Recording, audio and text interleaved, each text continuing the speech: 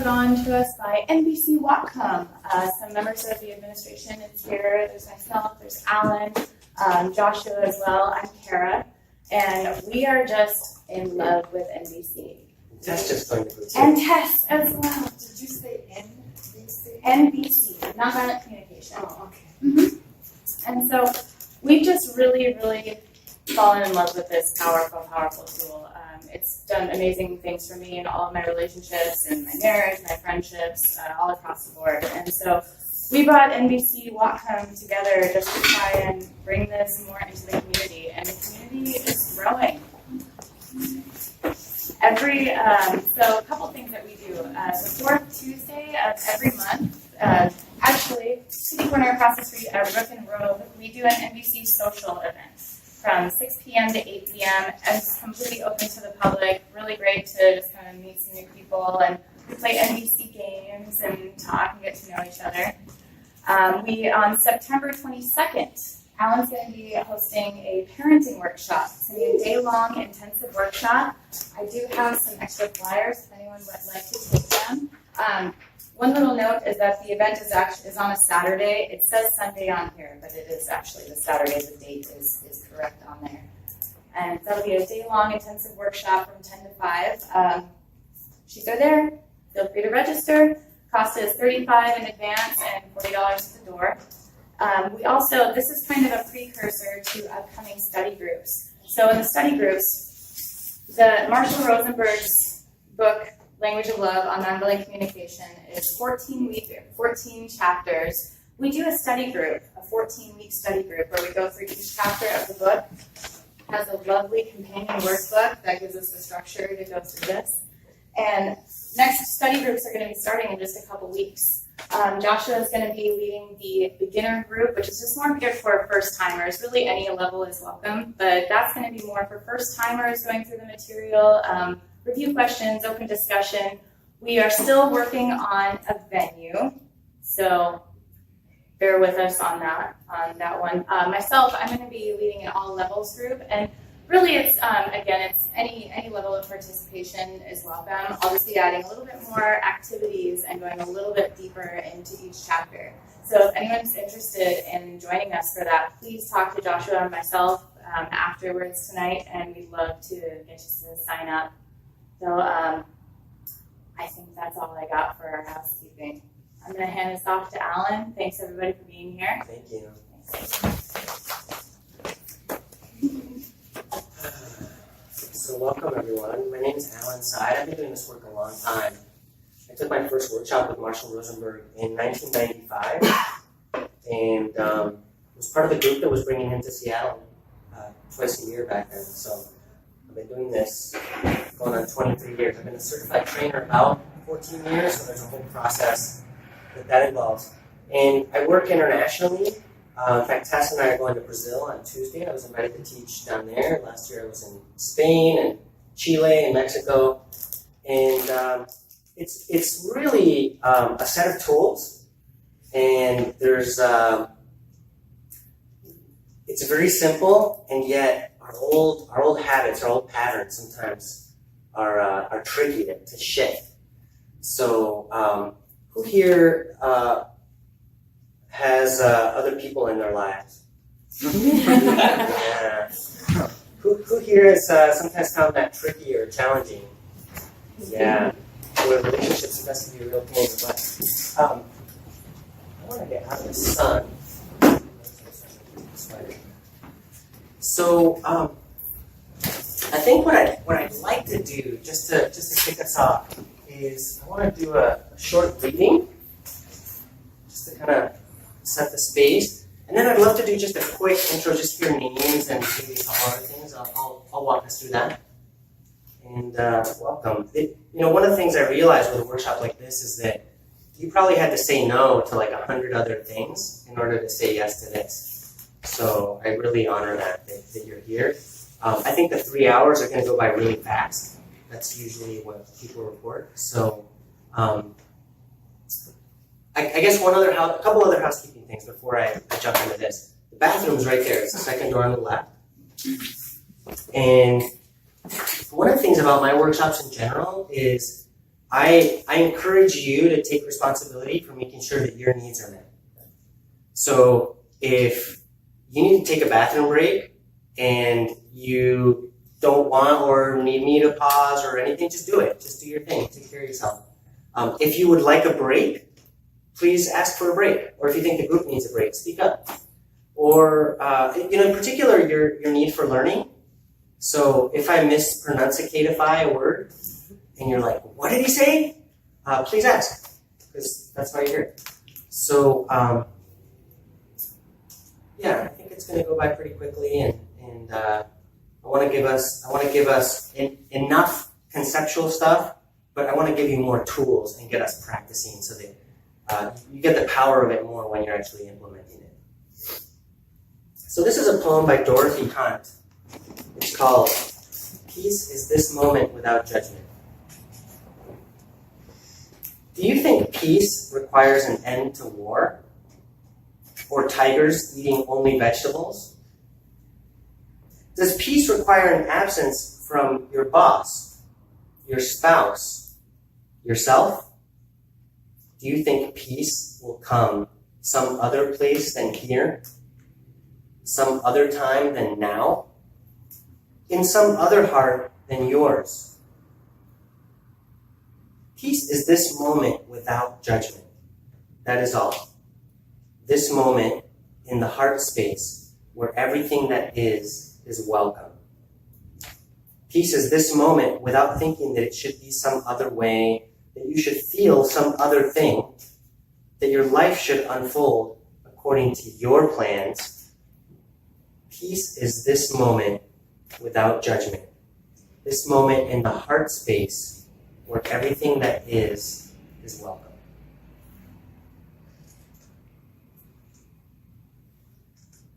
Well, I'd love to do a go around and just hear names, and like your name and where's home, because some people came from other places. Not everyone's from Bellingham. And then the third thing is, welcome, come on in. And then the third thing, if something that's dear or special to you. So just those three things: name, home, and then something that's dear or special or very important to you. And we're going to keep it brief and keep it moving so we can use most of the time for the workshop time. But part of the purpose of this is to help us feel more connected with each other, and also for me to get a sense of people's names and whatnot. So if you're willing, sure. And anyone can pass. You're always a choice here. My name's Ian. I live here for now. I'm slowly moving to join my wife in Norway, though. So, and Mir is my wife and my stepson. Thanks, Ian. I'm Haley. I also live in Bellingham for now.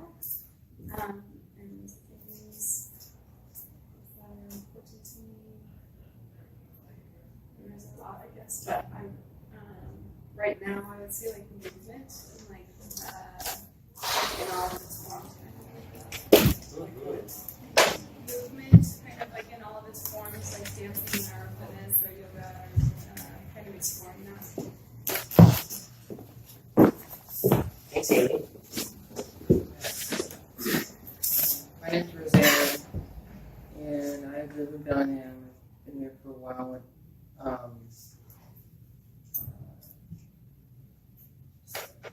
What's important to me right now is finding peace in my life. That's a rough couple last years. So right now it's important for me to find peace. My name is Kara.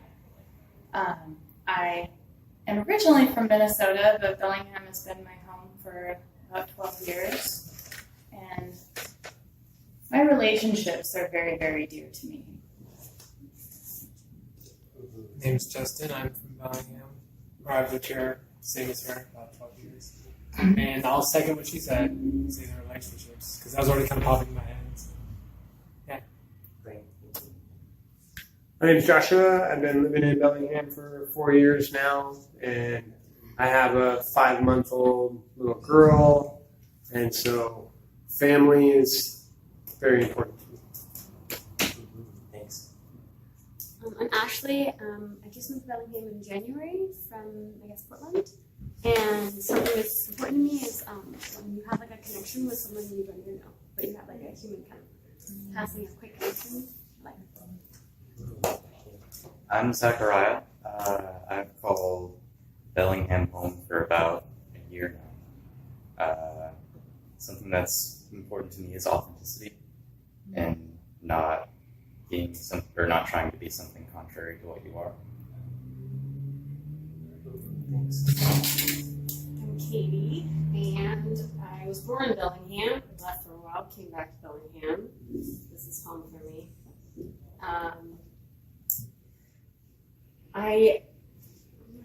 There's so many things that are so important, but I think that right now, my healing, my health, are really what's most important to me.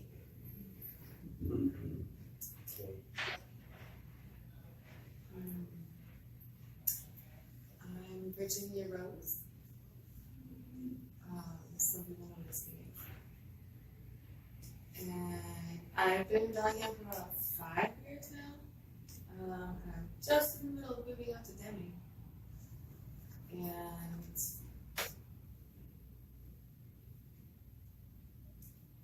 yeah, my relationships are really important to me. Friendships and family.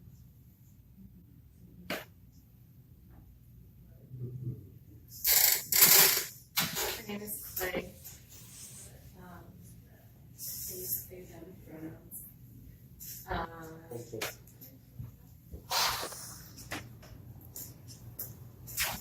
I'm trying to be at home here in Bellingham. Been kind of back and forth things that I've been on other places. I've been here for years. Bodies of water,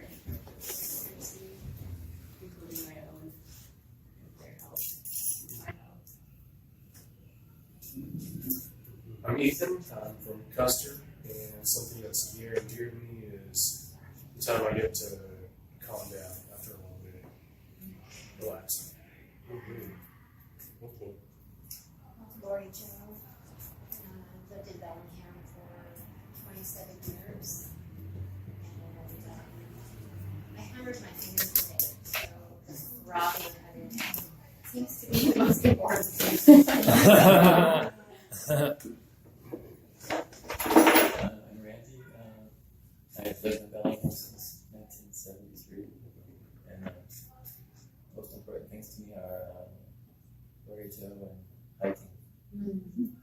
Is that Randy? Yes. Thank you. I'm Serena, and I've lived in Bellingham about 4 years. And my quality of life is very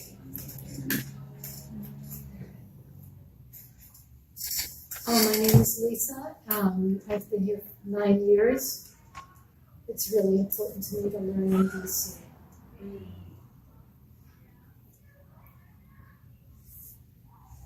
I'm Christine.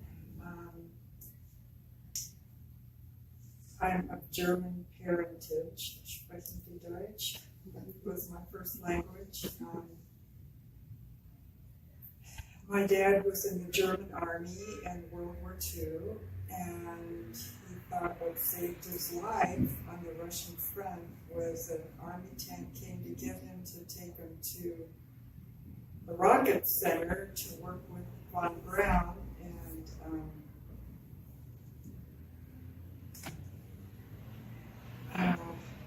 after the war, the aeronautical scientists and engineers were offered jobs in America.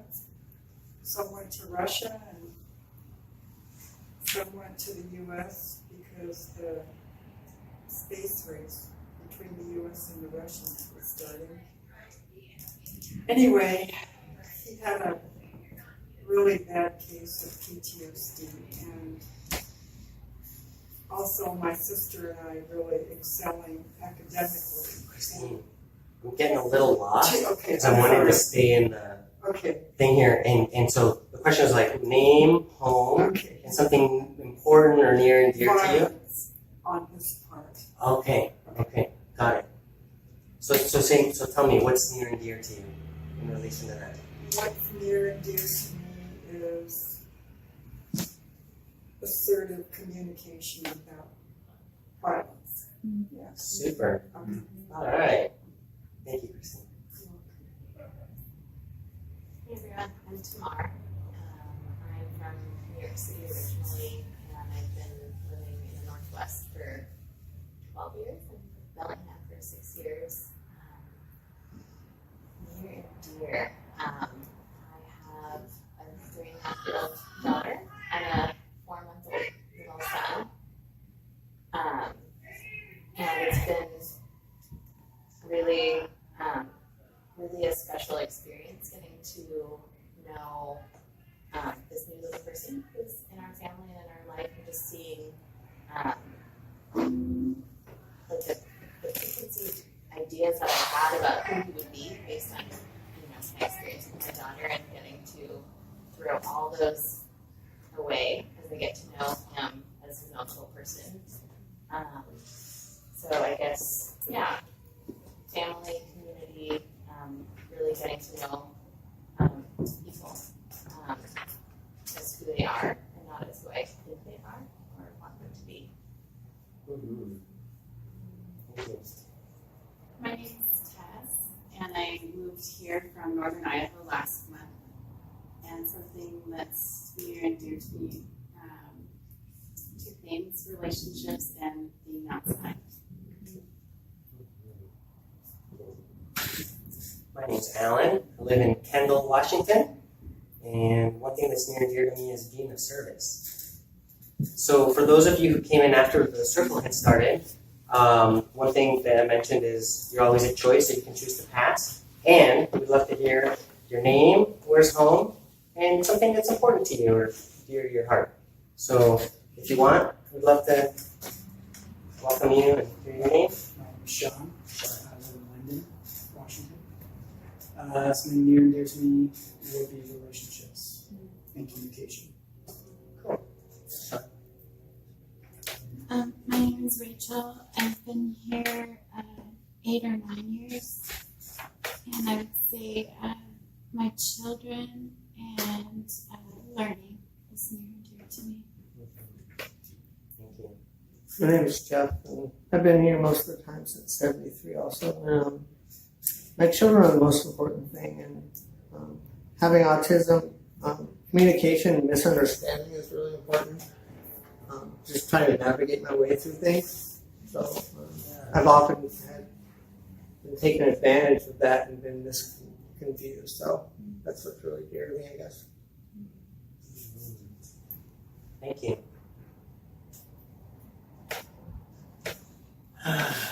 All right, here we are together. So let me ask this: Who has been doing NVC or practicing it, learning it for quite a while? You consider yourself advanced and are already teaching. Is there anyone here who's already? Yeah, you can raise your hand up high.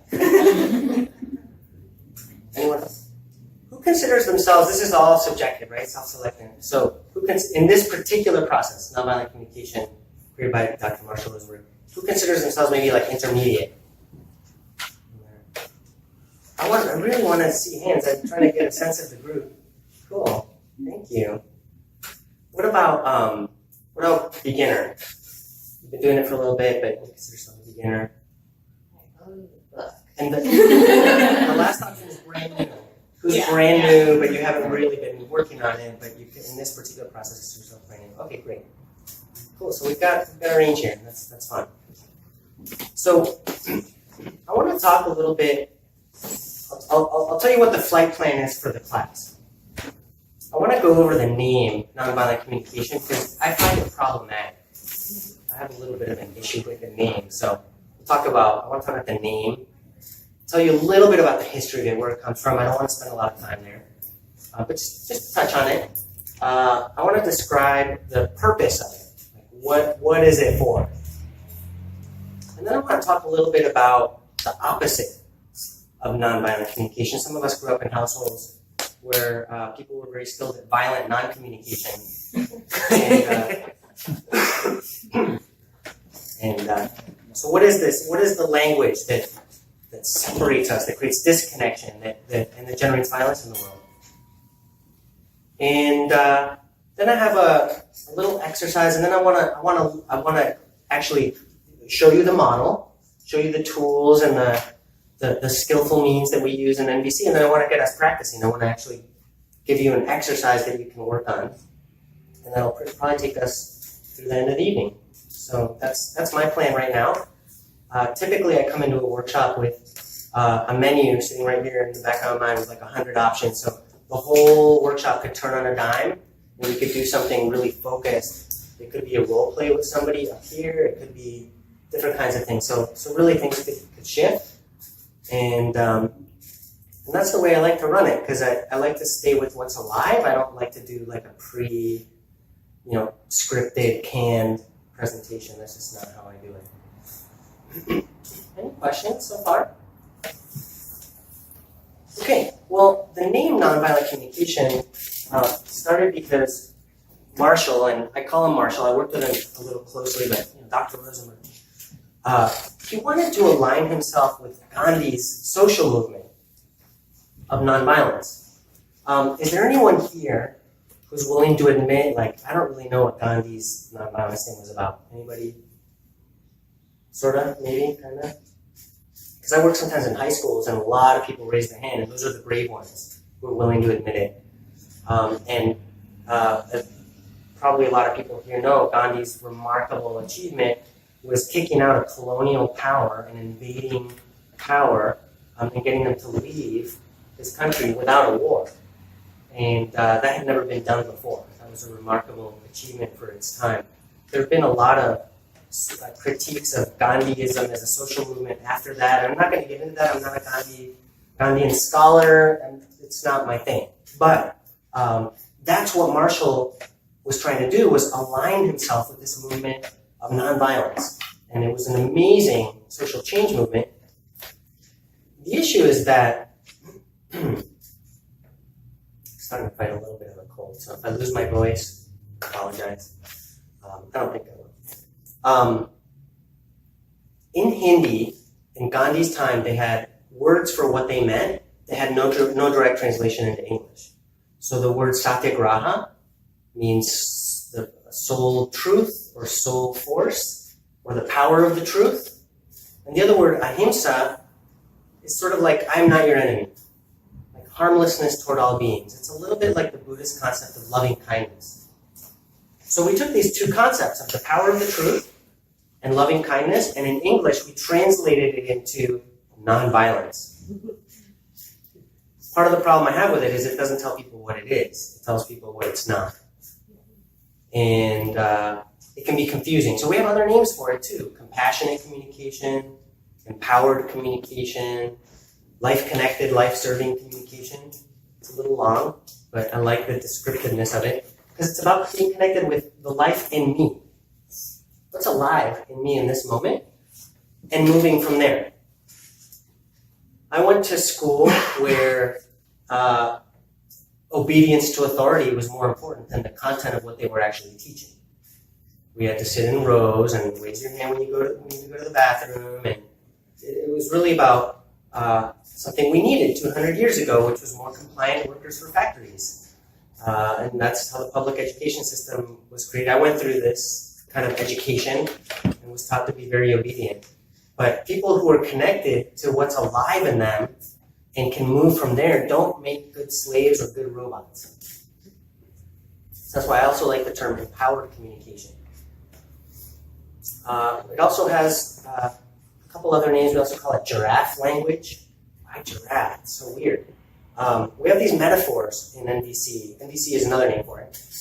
NVC, short for nonviolent communication. We have these two metaphors of the giraffe and the jackal. And they're really just teaching tools. They're a little bit dangerous metaphors if we take them too seriously. So we hold them lightly. But the idea of the giraffe is it's the land animal, one of the land animals with the largest heart. I'm not sure if it's the one with the one with the largest heart, but it's one of them. And its height gives it a perspective.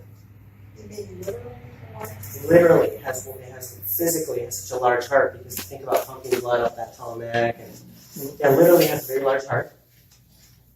But part of the metaphor of it is that it has a perspective that lets it know that anytime I meet my needs at the expense of somebody else's needs, in the long run, my needs will not be met.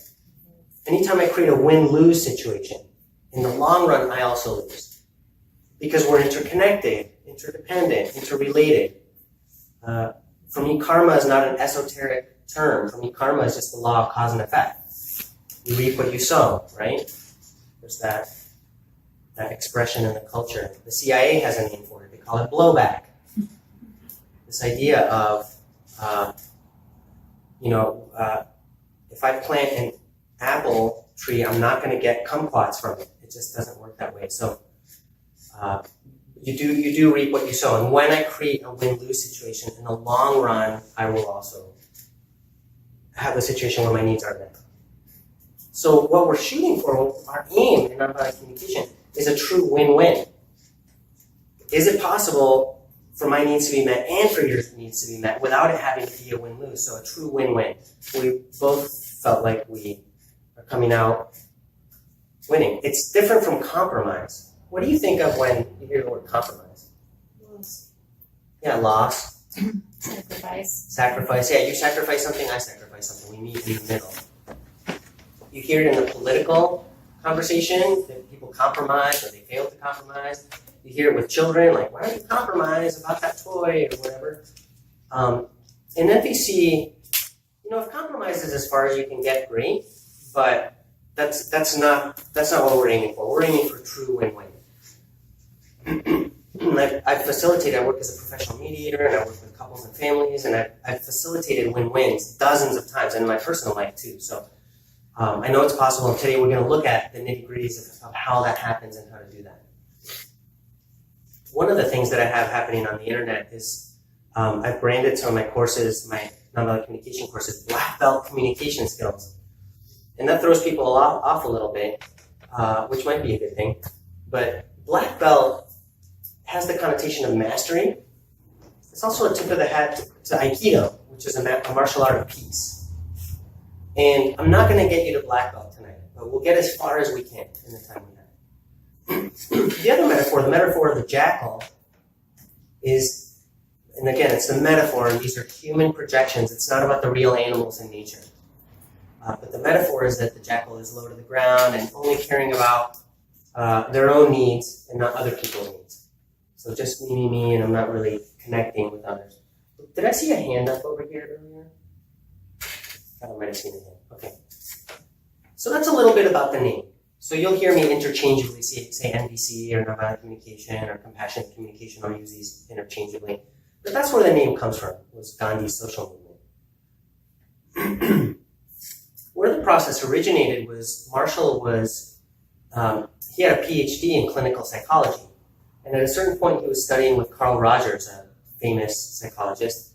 And one of Carl Rogers' concerns at that time was, how come authentic human connection can be so healing? And one of the things Carl Rogers found is that sometimes the roles we inhabit get in the way of authentic connection. The role parent-child, the role teacher-student, the roles therapist-patient can get in the way of really seeing each other human to human. End up relating to a role or hiding behind a role and acting from there. So how can we create authentic human connection? And that's what Marshall Rosenberg set out to do. He wanted to distill the essential elements in language that contribute to authentic human connection.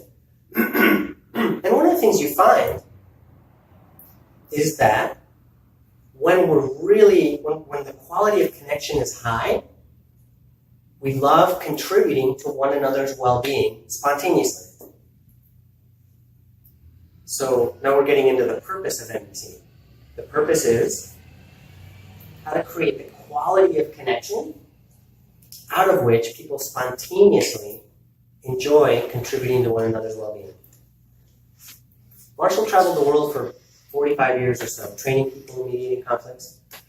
And you notice that all over the world in every culture, people were playing one of two games. One of those games was called Who's Right and Who's Wrong? Raise your hand if you've never played that game. I'd be lying if I said I've never played that game. Who's Right and Who's Wrong? And the other game is called How Can I Make Life More Wonderful? And some of us might bounce back and forth between those two modes during our day.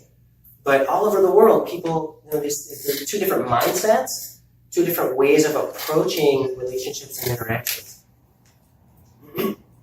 So when we find that the quality of connection is high, automatically, like spontaneously, naturally, we want to play this game. How can we make life more wonderful?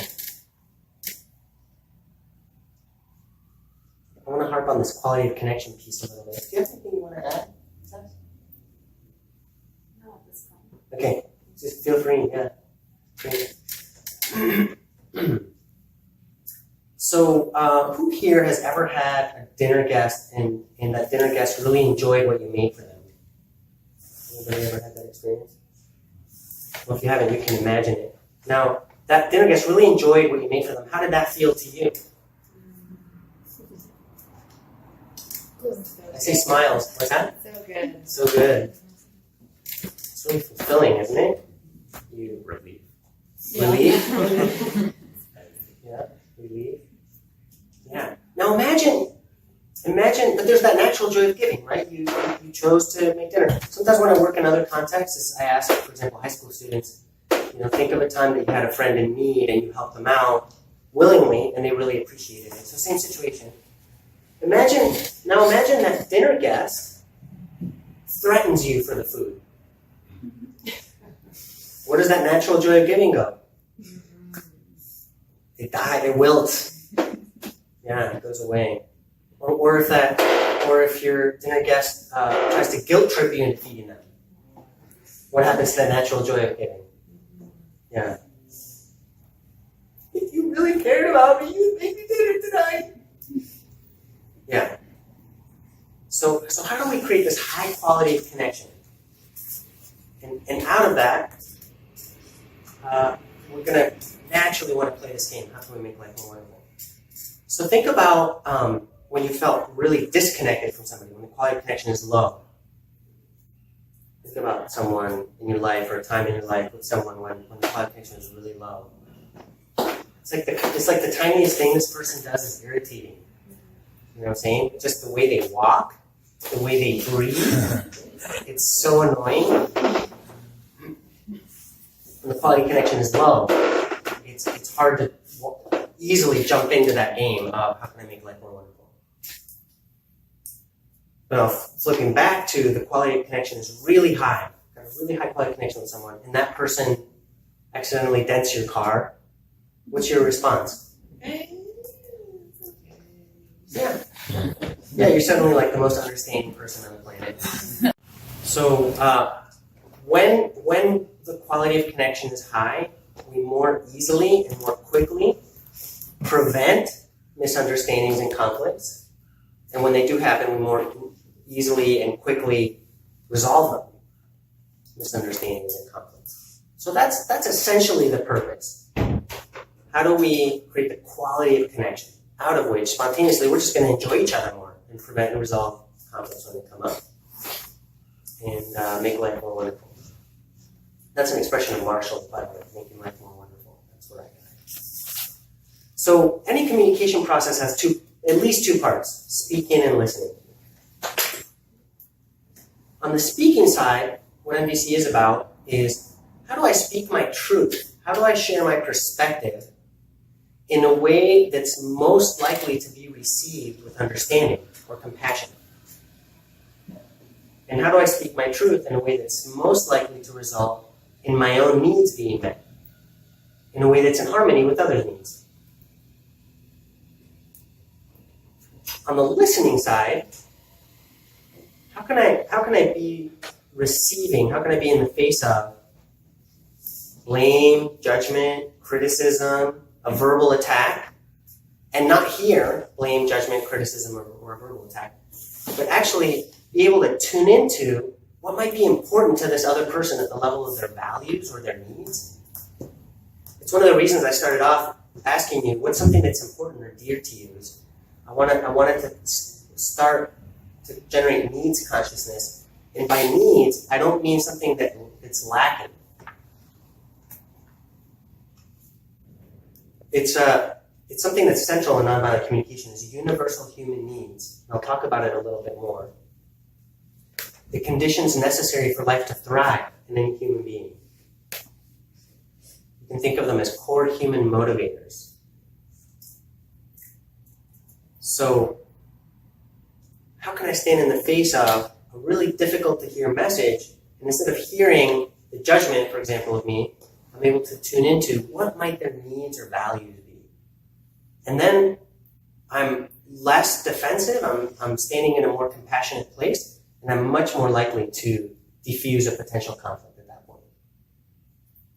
And of course there's a back and forth between the speaking and the listening, and there's a whole third area, which is your connection with yourself and how you communicate with yourself.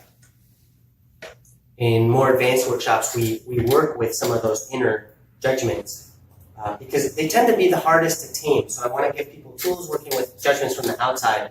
And once we're pretty solid with those, then we start working with some of the interior voices, because those are honestly some of the most challenging ones and persistent. And sometimes they've been there for years, and sometimes they hide. They're hard to pick out. So that's part of the work too, is how do I stay connected with myself? And then maybe I speak, but then I come back to being connected with myself. And then maybe I listen, I offer empathic listening to someone, but then I come back to being self-connected. I don't lose connection with what's true for me in this moment, from moment to moment. Anything you want to add? Okay, you're gonna let me know, okay. So that's the purpose. That's the purpose of nonviolent communication. Any questions so far, or comments or anything else? Going back to the giraffe who has perspective. Yes. And you're giving us an overview. Yes. And you're asking us who is really experienced and who's in the range. Mm-hmm.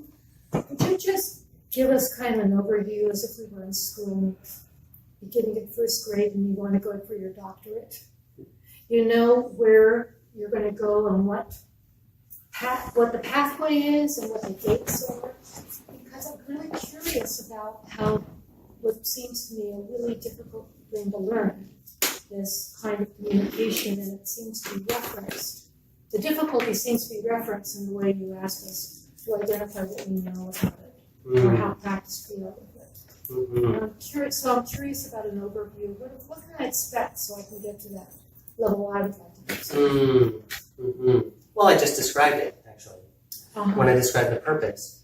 Is would you like to consistently be able to know that you have the skills for how to speak your truth in a way that's most likely to result in your own needs being met, in a way that's in harmony with others' needs, and how to share your perspective in a way that's most likely to be received with understanding and compassion. And on the listening side, how can you be in the face of some kind of verbal attack or judgment or criticism, and actually be unflappable because you can tap into your compassion and try to connect with the humanity in this other person and what might be motivating them to say what they're saying or act the way they're acting. So then you're less defensive, and you're able to connect with them as a human being, and then you're much more likely to turn the situation around. I'll give you an example. I was some people. I know for a fact that a couple people in this room have heard this story at least 5 times. But I love the story, and it's part of something that's very important, which is taking these tools outside of the classroom space, outside of the workshop space, and into real life. We need to be practicing in real life. I was at a gas station filling up my car, and someone pulled in to park in a pickup truck, and he threw a lit cigarette in the direction of the gas pumps. And the first thing that happened for me was I thought I needed to duck and cover. And then I saw nothing happen. And then I was thinking, what a fucking idiot. That's honestly what I was thinking. Anybody here uncomfortable if I swear? I'd love to know, because I can dial myself back. I like being authentic, and I'm pretty potty mouth. Just Anyway, so that's the first thing in my mouth. I was like, what a fucking idiot. And then I noticed my palms were sweating and my heart was pounding. And then I noticed that I was judging the guy. And then I thought, oh, okay. And I connected to, okay, what's happening? What's important to me? And I've been doing this work long enough that immediately I connected with, okay, I'm feeling afraid and I have a need for safety. And then I realized, and I'm feeling really irritated because I value self-awareness and self-responsibility. And so then I decided to go give the guy feedback. And one of the very important practices in this work is courageous honesty. Now, courage is not the absence of fear. Actually, it wouldn't be courage if there wasn't fear there. And this was a big guy. I was really risking getting my butt kicked or shot, or who knows, people get shot for less. So I go up to the convenience store where he had gone in with he and the passenger in his car had gone in the convenience store. And I walk in and they're right there at the front of the line. And he's standing right there. And so I said, excuse me, I feel a little nervous saying this, but when I saw you throw your cigarette in the direction of the gas pumps, I felt really nervous because I value my safety. Right then, the woman who was behind him in the line, she pops her head out from the line and she looks at him and she goes, "What's he saying to you?" And so then he turns around and he goes, No, it's okay. He's right. And then he turns to me and he goes, "Thank you." And I was like, okay, no problem. See ya. And I was super relieved and I just got in the car and left. So sometimes situations will come up spontaneously where we find ourselves where we could be of service or we could contribute. Or, the reason I chose to give him feedback is because the thought crossed my mind, if I don't give him feedback, what if he does it again next week and blows up a family? And if I could have said something, I could have prevented something. So that's why I chose to take the risk. I'll tell you one more story and then we'll keep going. This is a story from Marshall's book, and it's a story that's in this book. And I just love this story. It's so illustrative. But he had been invited to teach at a mosque in a refugee camp in Palestine. And as he's entering the mosque and getting up on the stage, his interpreter turns to him and says, "They're whispering that you're an American." And right then, some guy in the audience stands up, points his finger at Marshall and yells, "You murderer!" And then people started chiming in, "Child killer, assassin, butcher," and the whole room starts to get kind of intense. So Marshall and his interpreter turn to everyone and like, "Whoa, hold on. And then Marshall turns to the guy who called him a murderer and says, "Sir, are you upset because you would like my government to spend its resources in a different way?" And the guy's like, "Damn straight. We don't need tear gas and bombs and armored bulldozers. We need housing. We need health clinics. We need schools." So Marshall said, "So it sounds like you feel really strongly about the world knowing the kind of situation that you're living under." "That's right," the guy continued. "That's right. You ever seen kids playing in the open sewers? You ever seen schools without books?" So again, Marshall, demonstrating a different quality of listening, reflected back his understanding and said, "So it sounds like you would only like for your children what any parent would want for their own children." "That's right." So this went on for 40 minutes of this man venting. And Marshall demonstrating a different quality of how to hang in there with someone who's having a hard time. In fact, Marshall claimed at that point that he had gotten to the point where no matter what anybody said, he only heard one of two things: please or thank you. So the guy calling him a murderer was clearly not a thank you. But here's a person in pain. Here's a person whose needs aren't met. He's angry or unhappy in some way. Something's, he's in interior distress. So he heard it as a please. So remember this: any judgment that you hear, at its root, there's a hunger for love. So Marshall hung in there with this guy. And after the guy stopped talking, because when you get enough empathy, two things happen. One of them is you stop talking. The guy was vented out, right? Second thing that happens is you feel a shift. You can feel it in your own body. In fact, the whole room full of people can feel it. It's like the barometric pressure kind of shifts a little bit.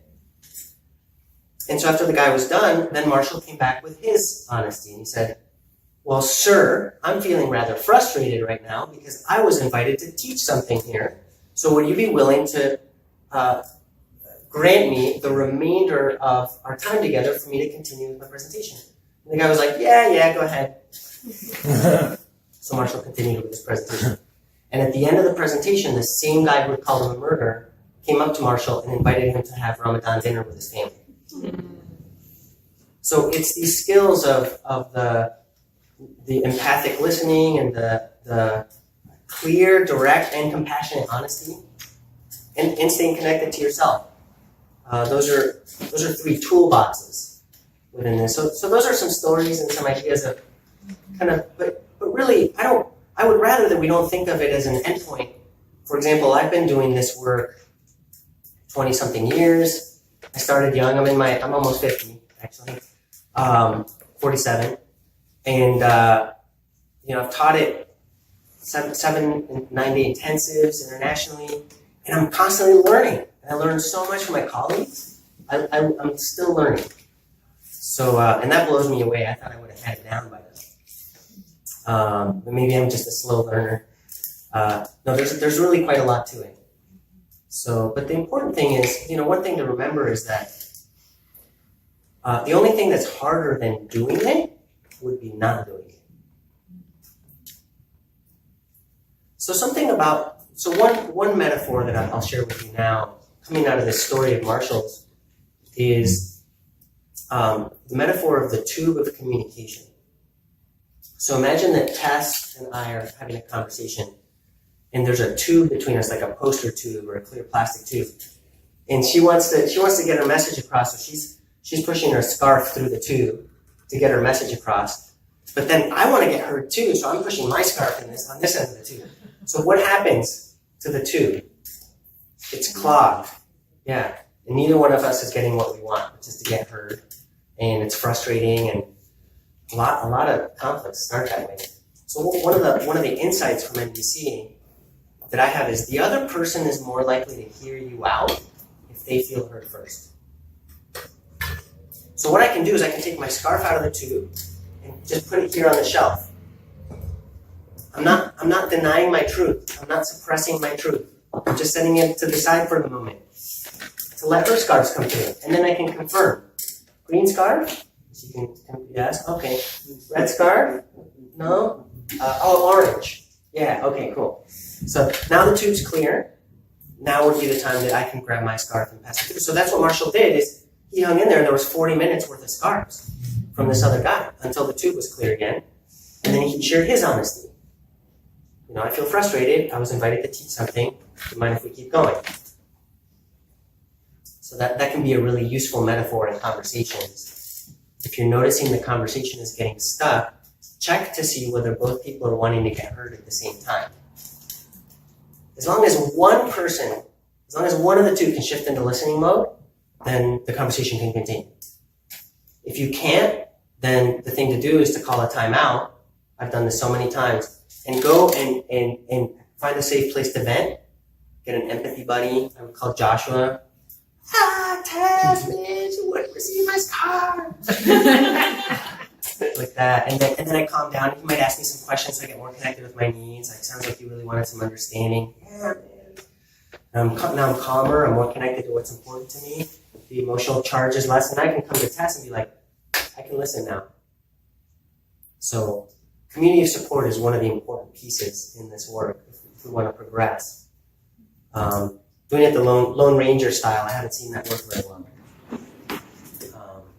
Just on my own without community support is hard. Thanks for your question. I have a clarifying question on that. So part of what I heard in your question was like, I want a goal, like what can we expect at the end? So I was wondering if also you were wondering like what are the steps? Because I heard you talk about like grade school and then anyway, so it's just a question. Thank you. I got it. Okay. The answer. Cool. Yeah. It's all good. Great. Thank you. Yeah. So let me tell you just briefly about the type of thinking and speaking that gets in the way of the quality of connection we're looking for. Who was here at the intro in June? Who was at the... Actually, Lori Joy, you were. Yeah, Kara. Was it June? Yeah, I think it was June. So I went over this life disconnected thinking and language pretty thoroughly, and I've got like a half-hour video of it online. So I wanna just go over it briefly and really focus on the practice today.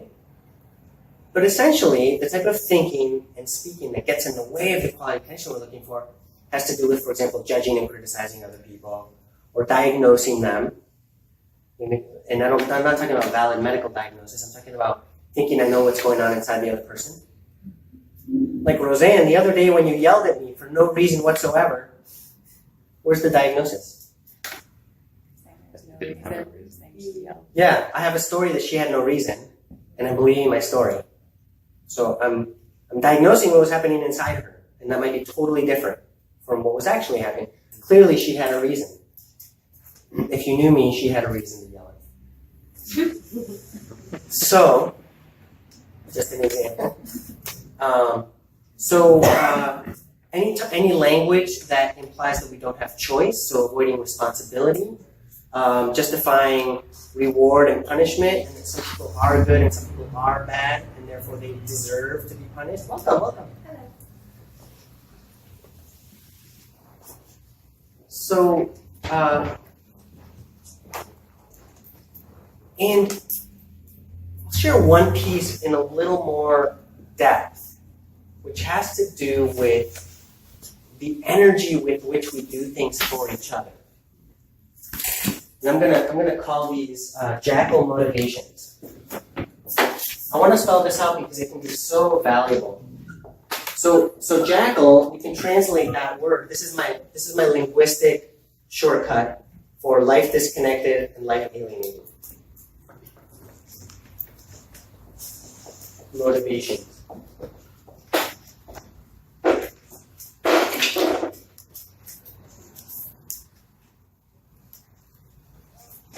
Fear, guilt, shame,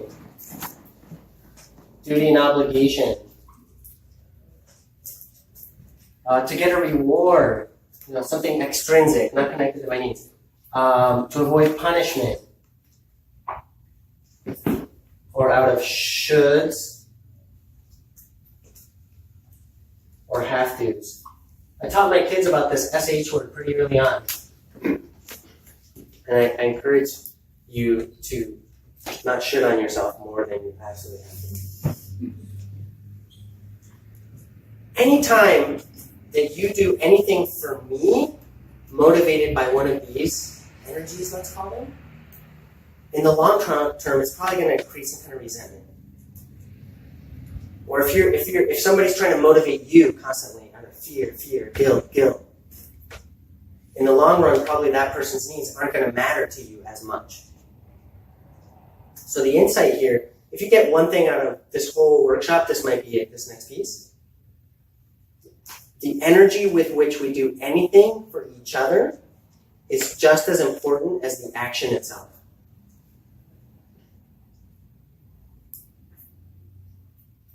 The energy with which we do anything for each other is just as important as the action itself. So if Tess is doing the dishes at home and she's resenting me out of the fact that she's doing the dishes, I would rather that she not do the dishes. Because what's more important, the dishes or the relationship?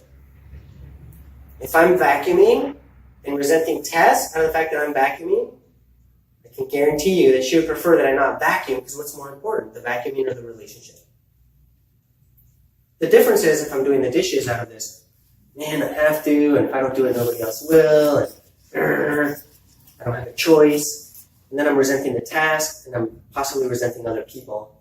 And contrast that with doing the dishes, because I'm connected with how doing the dishes contributes to my needs for health and hygiene, or for order, or it aligns with my values for being a contributing member of the community that is my household.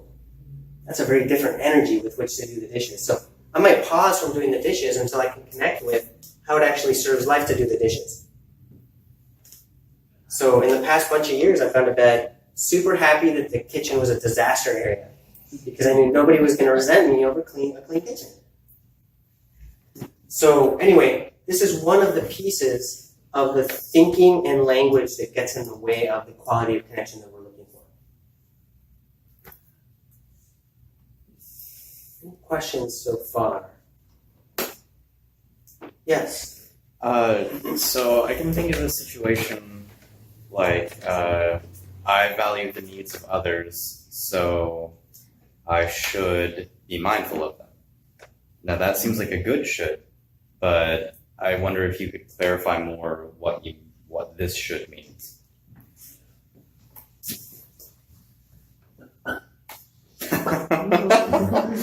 Does that help? Yeah. Any other questions? I mean, that answered your question, right? Yeah. Okay, cool. Wait, how did it answer the question? Because he's talking about using it as a linguistic tool that tells me, oh, this is what I value, or this is what I want to be doing. It's not that I'm a bad human being. There isn't a moralistic judgment that if I don't do as he said, I'm a bad person, and therefore I deserve, to be punished or deserve to suffer. So let's clarify this question about judgments, because judgments are a little confusing. Marshall used to distinguish between two types of judgments: values-based judgments and moralistic judgments. Values-based judgments are judging based on what's important to me and what isn't important to me. Another way to think about that is discernment. So to know when to cross a street and when not to cross a street, there's some judgment involved there. But it's not the moralistic judgment of good, bad, right, wrong. So jackal thinking, life disconnected, life alienated thinking, has pretty rigid concepts of good, bad, right, wrong. And jackal is a static language, so the verb to be is very important. And we want to know who is what, especially who is good and who is bad, because then we know who deserves to be rewarded and punished. So, yeah, there's some rabbit holes there. I don't want to spend a lot of time there, but yeah. So, essentially, we're talking about a certain kind of should. Great. Yeah. Okay. Any other questions before I keep moving? I wanted to get us to practicing. I'm just going to do a time check. Perfect. Okay. Well, what I want to propose to you is that we have 4 options for how to hear any message. And in order to demonstrate the 4 possibilities that we have, I'd like someone to say something that could hurt my feelings. And I'll show you the 4 possibilities. Did you dress yourself or did your kids do it for you? Okay, so turn that into a judgment. I can't believe you dressed that way. Okay, so now amp it up a little more. Make it personal. You dress like a child. I don't like the way you dress. You dress like a child. Okay, we'll go with that. I can go with that. It's a funny one. No one's ever said that one to me. So now I've got some very high-tech tools here I brought for this demonstration.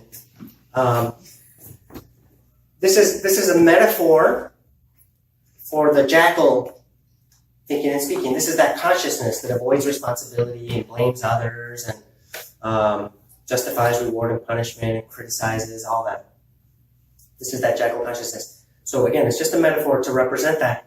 Now, when I'm in that mindset, I can direct my attention toward others. That would be the jackal ears out. That's one of these 4 options. Is I could judge him back. Another option, and I'll show you what that sounds like in a second. Another option is I can direct my attention, from that consciousness, I can direct my attention toward myself. And then I'll make myself wrong for whatever he said. And the other 2 options are that giraffe consciousness, the language of the heart. So how can I tune into what might be going on for Joshua at the level of feelings and needs, no matter what he says, if I'm turning my attention outward? And then turning this attention inward, what's happening for me at the level of feelings and needs? What's happening in my heart? So let's go through those real quick. Go ahead. Keep it simple, like just call me an idiot or something. All right, come on, idiot.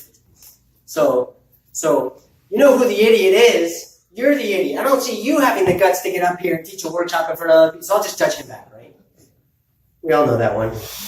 That it acts a little bit like an armor, like your judgment can't touch me, screw you. So now inward. Go ahead. You idiot. So now I'm going to take his judgment and internalize it, and I'm going to feel terrible about myself.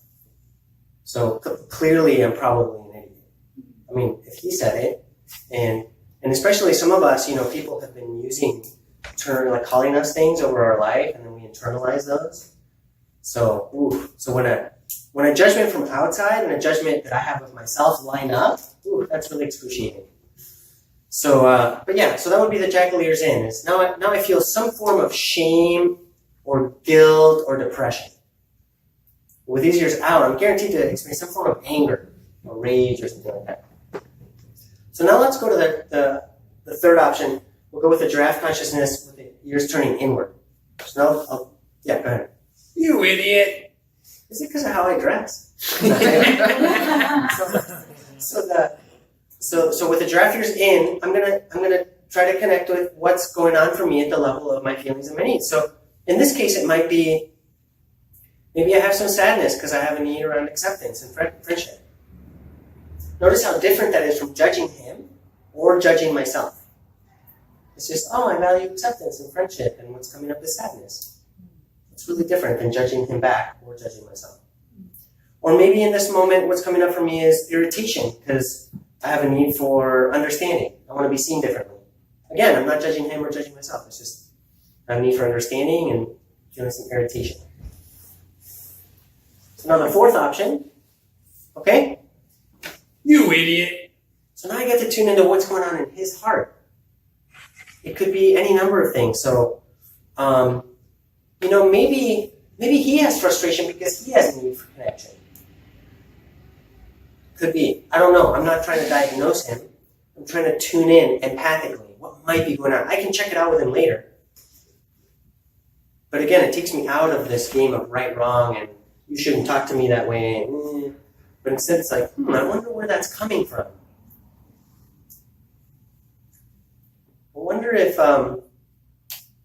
maybe it does have to do with how I dress, and maybe something around the way he grew up, and maybe there's like enviousness, and it goes back to acceptance. So again, I'm not trying to psychoanalyze him. I'm trying to tune in. What's happening in his heart? It could be that he's being playful, and he's just messing around, and the need is connection. Do you ever play with someone, like joke, and they took offense, and they got really offended? That ever happened to anyone here? I'd be surprised if it hadn't happened. Or somebody was playing and joking with you, and you got offended? That happens too. Yeah. So in March, I know it's a few months away, but it's coming pretty quickly. In March, I plan to lead a longer series, like a multi-session course, where I actually give people homework and things to do in between sessions. So one of the first things we would do is go experience yourself for a week, like in your everyday life, and just notice which ears you're wearing and what direction they're pointing. And just don't even try, the other tools of like the speaking and the just check this part out. And then we come back and how did that go? And then we debrief and then we do more tools. And then, so there's a seven session course I've done here in town several times. Actually, Roseanne, you were part of one. Yeah. And some other people here. So, a few of us. So I saw a hand back here and then I'll come with you. Lori Jo, did you have anything? Oh. Yeah. So I noticed that when I heard you say "you idiot" to you, I felt horrible. Yeah, it was a little bit jarring. It's jarring, Or shocking. and even though I know it's an exercise, it was just like, ugh. It's like listening to a person who's in the Oval Office right now. It's just like goes right deep. Yeah. So if I do the exercise, I won't take our time to do it, but just imagine which pair of ears I'm wearing when I feel that. Yeah. That would be the exercise you're suggesting. Right. Except that I would encourage you to take it one step deeper. Mm-hmm. So I heard you say that you felt discomfort and you called it, you said I felt horrible. Mm-hmm. So what is it that's dear and precious to you that feeling is coming from? What is it that you value? I value being understood. Mm-hmm. Mm-hmm. what is it about his tone of voice that didn't, or the word that didn't work for you? And what is it that you value instead of that? It was a blanket erasure. That's what I heard. That he was erasing me, Yeah. kind of. Mm. Okay, got it. So understanding and acknowledgement. So you can't be understood if you're erased. Yeah, got it. Okay, thank you. Yeah. Yeah. So as long as you're connected to what's deeply important and valuable to you, then I'm less concerned than if you got into some thinking about wrongness, either of him or of me or of yourself. Ah. So that's what we're looking for, is where's your consciousness going? This is an awareness training disguised as a communication skills training. Okay, so we went over the 4 options for how to hear any message. And I'd love to get into like the nitty-gritty tools and actually do an exercise that we could do together. Any questions before we dive into that? Or does anybody need like a short break? We've been going for about an hour. Yeah? Yeah. Would anybody be super disappointed if we took like as short a break as this group can manage? Raise your hand if you'd be really disappointed. How long would that be? She's saying a minute. I want to give us 5, which usually turns into 10. But I'd like to keep us to 5 if we can. Thing is, there's only one bathroom here. Okay, let's take a break and let's just have a mindfulness to come back as soon as you can.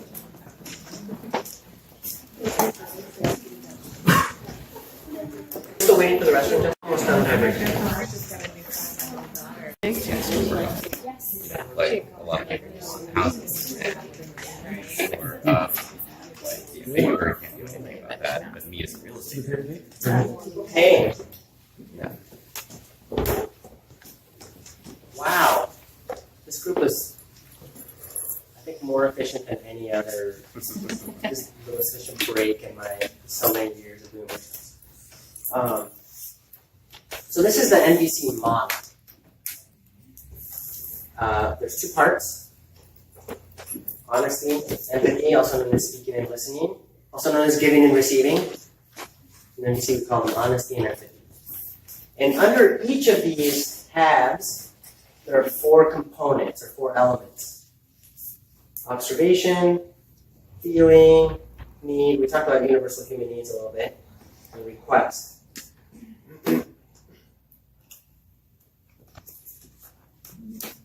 Something super briefly about requests. I'm just going to go on a slight diversion because it just came up and it's present.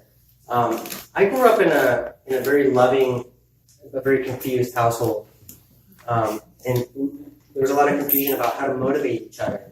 You saw that list over here. I think guilt was a big one in my house. But there was a funny definition of love, and I want to see if it resonates for other people, or if it seems familiar, if you recognize it. The definition of love was, if you really loved me, you would know what I'm needing, when I'm needing it, and how I want it, and you would give it to me, how I want it, when I want it, without me even having to ask. Because if I have to ask, well, it's just not the same. Anybody notice that and recognize that one? Yeah. So the sad part about that is that the yardstick for how much other people care is how psychic they are. And it doesn't quite work. So in NVC, we take responsibility for what we're wanting by making a clear request. However, key distinction, key differentiation, we'll look at these today. We're gonna distinguish between requests and demands. So in a demand, your needs don't matter equally to my needs. But in a true request, I can hear a no with as much love as a yes. In a true request, you have choice. In a demand, you don't. I just want the thing done. Do it or else, my way or the highway. That's the demand. So in NVC, we're taking responsibility by making clear requests. I'll show you some other differentiations as we go through this, but the thing I really want to point out about this is that this is not NVC. Raise your hand if you're confused. The reason that this is not NVC is that what NVC is primarily is it's the consciousness and the intentionality that we bring to our interactions. If my intention is to create a high quality of connection and to work toward a win-win outcome, then that's consistent with NVC, and I don't care about the word so much. If my intention is to get my way or to manipulate a specific outcome, I can use words that sound like this all day and it wouldn't be NVC. So this can be used as a subtle form of manipulation if the consciousness isn't in the right place. So again, the reason this is not NVC is because what NVC is primarily is the consciousness and the intentionality that I bring to my interactions. This gives me tools. This gives me skillful means to be more effective in that intention. But if I have a jackal intention, Marshall used to call it a jackal dressed in giraffe clothing. My intention is to manipulate a specific outcome or try to get my way. I can use words that sound like this, but it's not NVC. I want to be very clear. So that's why I labeled it the NVC model, because that's what it is. These are the tools. And what we're going to be working on today is formal NVC, and there's a whole spectrum all the way to street giraffe, which is where we want to be really most of the time in everyday life. But in a workshop setting, we work with formal NVC. It has some very important purposes. It trains your attention for where to go, and it's also helping us keep these key differentiations very clear. So let me here show you another one. So an observation is just the facts, just a neutral, what a video camera would pick up or what an audio recorder would pick up, not evaluation or interpretation. So when the guy threw his cigarette at the gas pumps, and I was like, what a fucking idiot. That last part was obviously evaluation, interpretation, some judgment. It wasn't the observation. But when I went up to talk to him, I said, when you threw your cigarette in the direction of the gas pumps. I didn't say when you stupidly threw your cigarette, when you mindlessly threw your cigarette. I mean, I had all those judgments. I just didn't think it would serve to share them. So I kept my observation really clean. Just the facts, just like neutrally what happened. Then we have a whole set of things that sound like feelings, what we call faux feelings.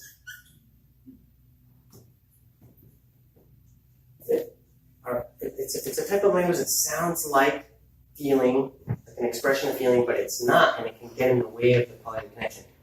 I'll describe two types of faux feelings. One is anytime I say, I feel that, I feel as if, or I feel like, what's going to follow is a thought, not a feeling. I feel like it might rain, not a feeling. I might have feelings about that. I feel that I am right. You can't tell me I'm not, it's just what I feel, Joshua. Yeah, not an actual feeling there. I feel as if you are making fun of me. Not a feeling. For the you. I feel like you are. I feel like you are, yeah. Or I've heard this before, I feel like hitting you. It's like, I'm sure there are feelings there, but that's not a feeling. Okay, so that's one type of faux feelings. As if, like, feel that. The other type are trickier in the sense that they sound just like feelings, and we use them in common everyday speech, but they do have a slight evaluation mixed in. So, and I'll show you a couple litmus tests, a couple of little filters I run them through just to separate the faux feelings from the actual feeling. But these are things like, I feel boxed in, I feel condescended to, I feel attacked, I feel abused, I feel ignored. These are images of what somebody's doing to me. So the first kind of litmus test, or the first filter I run these through is, rather than an actual emotion, is this an image of what somebody's doing to me? I feel condescended to, or I feel attacked. Everyone, just a second, everyone here knows what it feels like to be attacked, right? Raise your hand. Okay, well, I want to give you some pushback on that. And here's the second litmus test, or the second little filter I ran through. If different people could have different actual emotions when they see themselves that way. So when Sean sees himself as attacked, he might feel angry. Or And when Ian sees himself as attacked, he might feel afraid. I'm forgetting your name. Haley. When Haley sees herself as attacked, she might feel confused. So different people, when they see themselves receiving that thing, or I feel condescended to, or I feel boxed in, or I feel ignored. Right? The other day I felt ignored, and I was super relieved because I didn't want anything to do with that person. So ignored is not a feeling. Right? It's an image of what somebody's doing to you, and different people could have different emotions. So that's one way that you tease out the faux feelings. Is that right? So it seems like some of those things could also be valuable things to communicate to others. Like if you are, well, one thing is, I don't know how I would express, that I'm interpreting what's happening as being attacked or as an attack on me. Like it's valuable to communicate that because it shows the other person that they're, it can be kind of being violent with their words. Yeah. It can be super valuable. Can I give you an example that's supporting what you're saying? Yeah. I don't want to cut you off though. Do you want to keep going? Well, the last thing was, and like feeling ignored. Yeah. Feeling like I'm not being heard. That's something that I would also want to communicate. Yeah. But that's also mixed in, like it's kind of saying two things at once, right? And you remember that I talked about we have a spectrum from formal all the way to street giraffe. Yeah. So a lot of these things actually could be street giraffe. If the consciousness is coming from a place of looking for a high quality of connection, that could be informal NVC. Okay. But for example, I might say something like, when you walked up to me as fast as you did with your fists clenched and stopped a foot from me, I interpreted that as an attack. See, that way I'm still owning my interpretation, but I'm able to separate it. Yeah. I'm not saying that the attack is an observation because that person might have been, it might have been like, the house is on fire, like maybe they're trying to alert me, they're not trying to attack me. So I don't know. Yeah. So that's one way that I can communicate my interpretation and still own it and communicate that. And some of the other things, like if you said, well, Alan, the way you're acting with me, I feel ignored. I might ask you, okay, so what did I say or do that's leading to that? And then I might just ask some questions just to get more connected. So is it that you're feeling some disappointment because you were really wanting some understanding and some connection? And then you can tell me yes or no if that's it. So we could go a little deeper instead of because there's a slight accusation that I'm doing something to you. Yeah. It can be subtle, it can be implied. Maybe you don't even mean it. That you're not intending to imply that. But if the other person hears it and they get defensive, and then your conversation became an uphill climb. So that's one of the reasons why it's helpful to keep it super clear. If the trust is high, then street giraffe is perfect. One of my closest male friend and I, we live on 25 acres out there with Tess and some other people in the community. My buddy Cody, we see each other across the land, and one of us or the other, the way we greet each other, is like, "Hey, what's up, fucker?" But what that means, if you unpack it into NVC, is when I see you over there on the land, I feel joy in my heart. My need for brotherhood and companionship is met. So would you be willing to just take this in? But we use a shorthand, a street giraffe shorthand. Yeah. Okay, so I heard you say this too. If you were, say, feeling attacked, is your feeling then that you are on the defense, or can be? Is that considered? Is that a faux? If you're perceiving yourself as attacked, yes. What's your question? So would the feeling behind it, is this a faux feeling or a feeling to be defensive? That's a good question. I think of defensiveness as a sort of a complex of a bunch of things. So that I have a need for safety. It could be a need for safety, yeah. Yeah, or it could be a desire for understanding. It could be a need for understanding. Right. So it could be a faux feeling. It could be, yeah. Although, that's a tricky one, defensiveness. But under the defensiveness, there may be a whole bunch of things like feeling anxious and feeling some fear and guarded. So yeah, for example. The important thing to remember, so we can get into the feelings. So when we get into feelings versus faux feelings, there's a certain level, and people who come to the 9-day intensives really get into this. It's sort of like a word yoga, and we're really parsing, is when that person said, when you took the pen that I was using, I felt hurt because I really value. And then somebody's like, what is hurt? Is that blame? Is that an actual feeling? And so we get into these, we start like splitting hairs. And I want to bring us back to the purpose is connection. And the purpose is hearing and understanding each other. So there's a certain level at which the parsing of the distinctions becomes secondary to actually like, are we getting each other? Yeah. Yeah. But then in a workshop setting like this, yeah, we can get into the word yoga really for sure. And for example, with hurt, I want to make sure the person hears a noun and not a verb. So I might say, I'm feeling some hurt inside. Because it's so easy for the other person to add by you when I say, I feel hurt. Yeah. Because when you say that's not a feeling, that does not help the conversation. In the conversation. Yes. Yeah, so actually what Joshua just did is he sort of lit up like part of the mental radar for everybody when you go home. When you're trying to have a connection conversation, something that will get in the way is if you start correcting people left and right. That's not a need. That's not a feeling. Instead, we want to do this. We want to put these ears on, right? Our own invisible pair, in and out. Yeah. So we can discuss those nuances in this kind of setting. But then when you're interacting with people in everyday life, it's really about connection, not about using the right words. Yeah. I wanted to say thank you because trying to differentiate between feeling and need was a really new activity for me, and I've been doing that word yoga for myself. And it was also good to hear that that's not the point. However, like yoga, the point is to have a healthy body so you can do the things you want to do. And it's good to remember that you don't stop doing the things you want to do because you have a class in yoga. Mm-hmm. Yeah. So, yeah, that's helpful. Thank you. Good. I'm glad. Is that another question? Oh, okay. That's my short finger. Oh, you're sort of when you handle it. You were like this. And I thought, is that another question? Okay. I want to kiss that owie on the finger, make it better. I have children, so used to it. Okay. Any other questions so far on that? Or let me just show you this other key differentiation.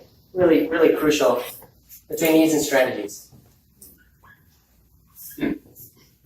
Needs are, we talked about universal human needs. Strategies are the ways we go about meeting needs. So I have a need for safety and protection. When I go home, my strategy might be I go out and I get to know all my neighbors. And that strategy contributes to my need for safety and protection. One of my neighbors goes out and buys a couple of assault rifles. But it's the same need, safety and protection. It's just they have a totally different strategy. And my other neighbor, I hardly ever see them because their strategy for safety and protection is they triple lock all the doors and windows and close the blinds and they hide under the bed. Same need, safety and protection, just very different strategies. So for any set of needs, there could be 100 or 10,000 strategies. That's why when we're having a conversation between the two of us, and down here there's some kind of solution, I want to slow down my tendency to jump here prematurely. And I want to make sure that we're surfacing what's important to you and what's important to me. And now that we understand each other, yes, go here. But sometimes we jump to fix it before we're reconnected. So one thing NVC teaches me is connection before solution. And connection before correction. So there's workplace examples where somebody makes a decision from top down about what's going to happen before any connection happens, and what happens? People drag their feet. There's subtle sabotaging. I see it in parent-child relationships. I see it in intimate relationships all the time. That something's not working when we jump to fix it instead of spending some time here first. Yes. I feel like yes. I feel like this has come up a lot for me in my life and my relationships because I'm very like solution based, and that's like how I was raised to express care was to like try and help people come to solutions quicker. So it's a lot of like unlearning that for me. And a big part of that has been like understanding it as like a consent process to if the people, if both people, all people involved in the conversation or decision making want to go into solution. If they're ready. Yeah, and like that's what they're wanting from this interaction. Yes. It can totally change the like the power dynamics and like the energy of the space to go into a solution. Yeah. Yeah. So be like, are you wanting a solution right now? Are you wanting like next step feedback? Are you wanting to stay in this like parsing out mode? Like, what are you wanting? Yeah. Yeah, I love that. Because, and I'm sure it's gotten you in trouble, jumping to fix it. And you said there's a lot of unlearning to do. I wouldn't want you to unlearn the creative problem solving, just the tendency to go there before connection. Yeah, cool. Okay, so what I'd like each person to do, oh yeah, we might have a shortage of things to write on and with. Who needs paper and or pen? Who doesn't have one? Hey. Do we have extra pens anywhere? I have extra pens. Sweet! Very often.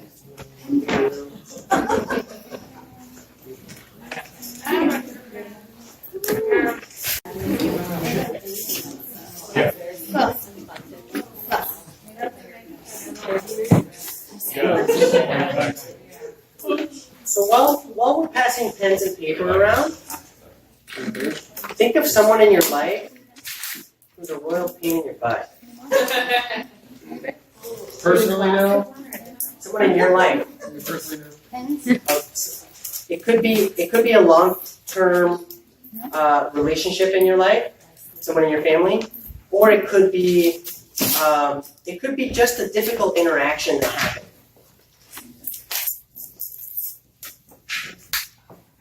Thank you. And so what I'd like you to do is I'd like you to just write down, not trying to use NVC. This is important just so that we're moving together in this exercise. So without trying to make it nonviolent communication, just write down 1 or 2 sentences what you'd like to say to this person. Directly. Don't try to turn it into NVC. That's the next step is we'll start to translate and reframe. Or not just tell them straight up. Like with me and the guy at the gas station, I might have been like, you're a fucking idiot for throwing your lit cigarette toward the gas pumps. Like maybe that's what you do in this exercise. Just write it down any which way it comes out, and then we'll translate it. We'll start to bring it into these components. Can you describe the instruction? Yeah, somebody with whom you had a difficult interaction, or someone who's sort of a perpetually difficult relationship. And do what? And think of a situation with that person, and write down what you would like to say to them, what you would like them to hear. Without trying to turn it into NVC, we're going to do that as the next step.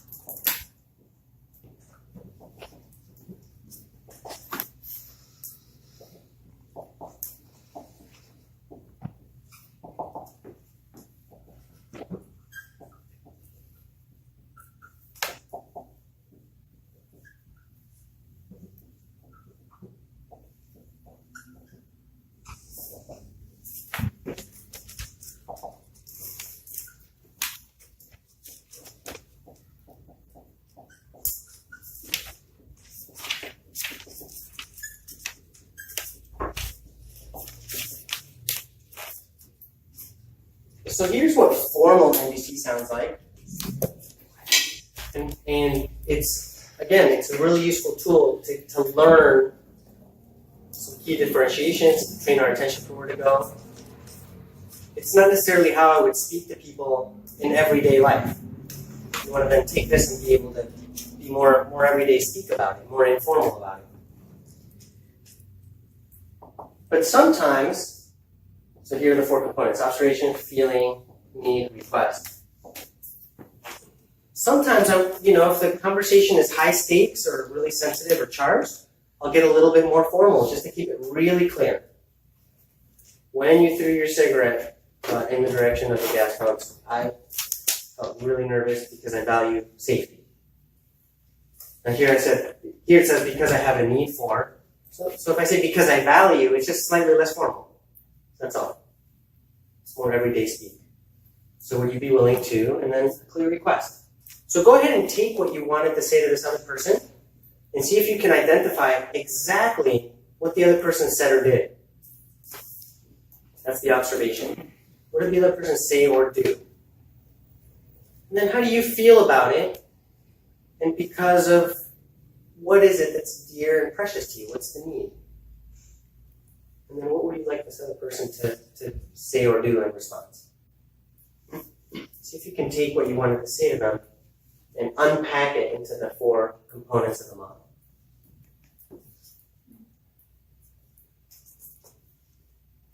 How much time do you want? 2 days. 10 minutes? 2 minutes? So immediate. Okay. So let's start with 5 and check in.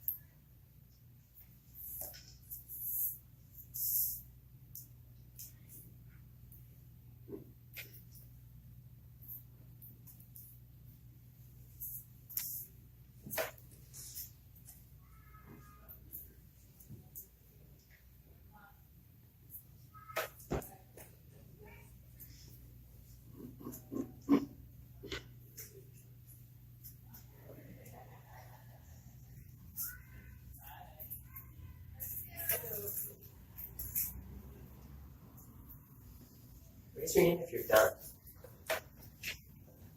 Okay.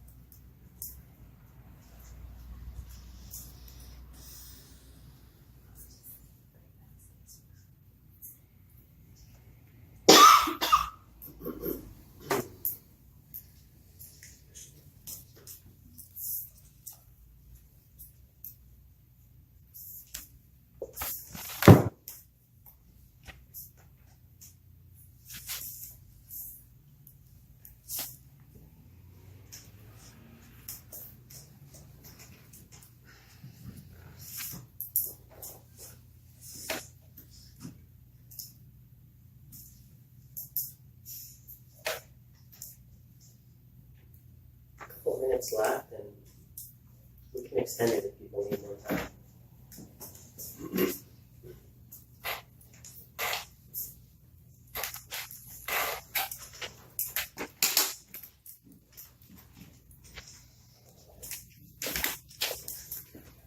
I picked like the hardest one in my life, and all I can think of is like, so would you be willing to knock it the fuck off?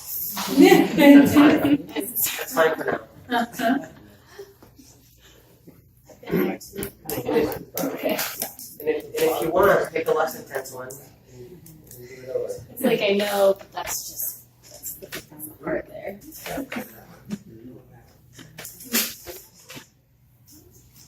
Well, we'll go over what makes an NVC request a request in a little bit.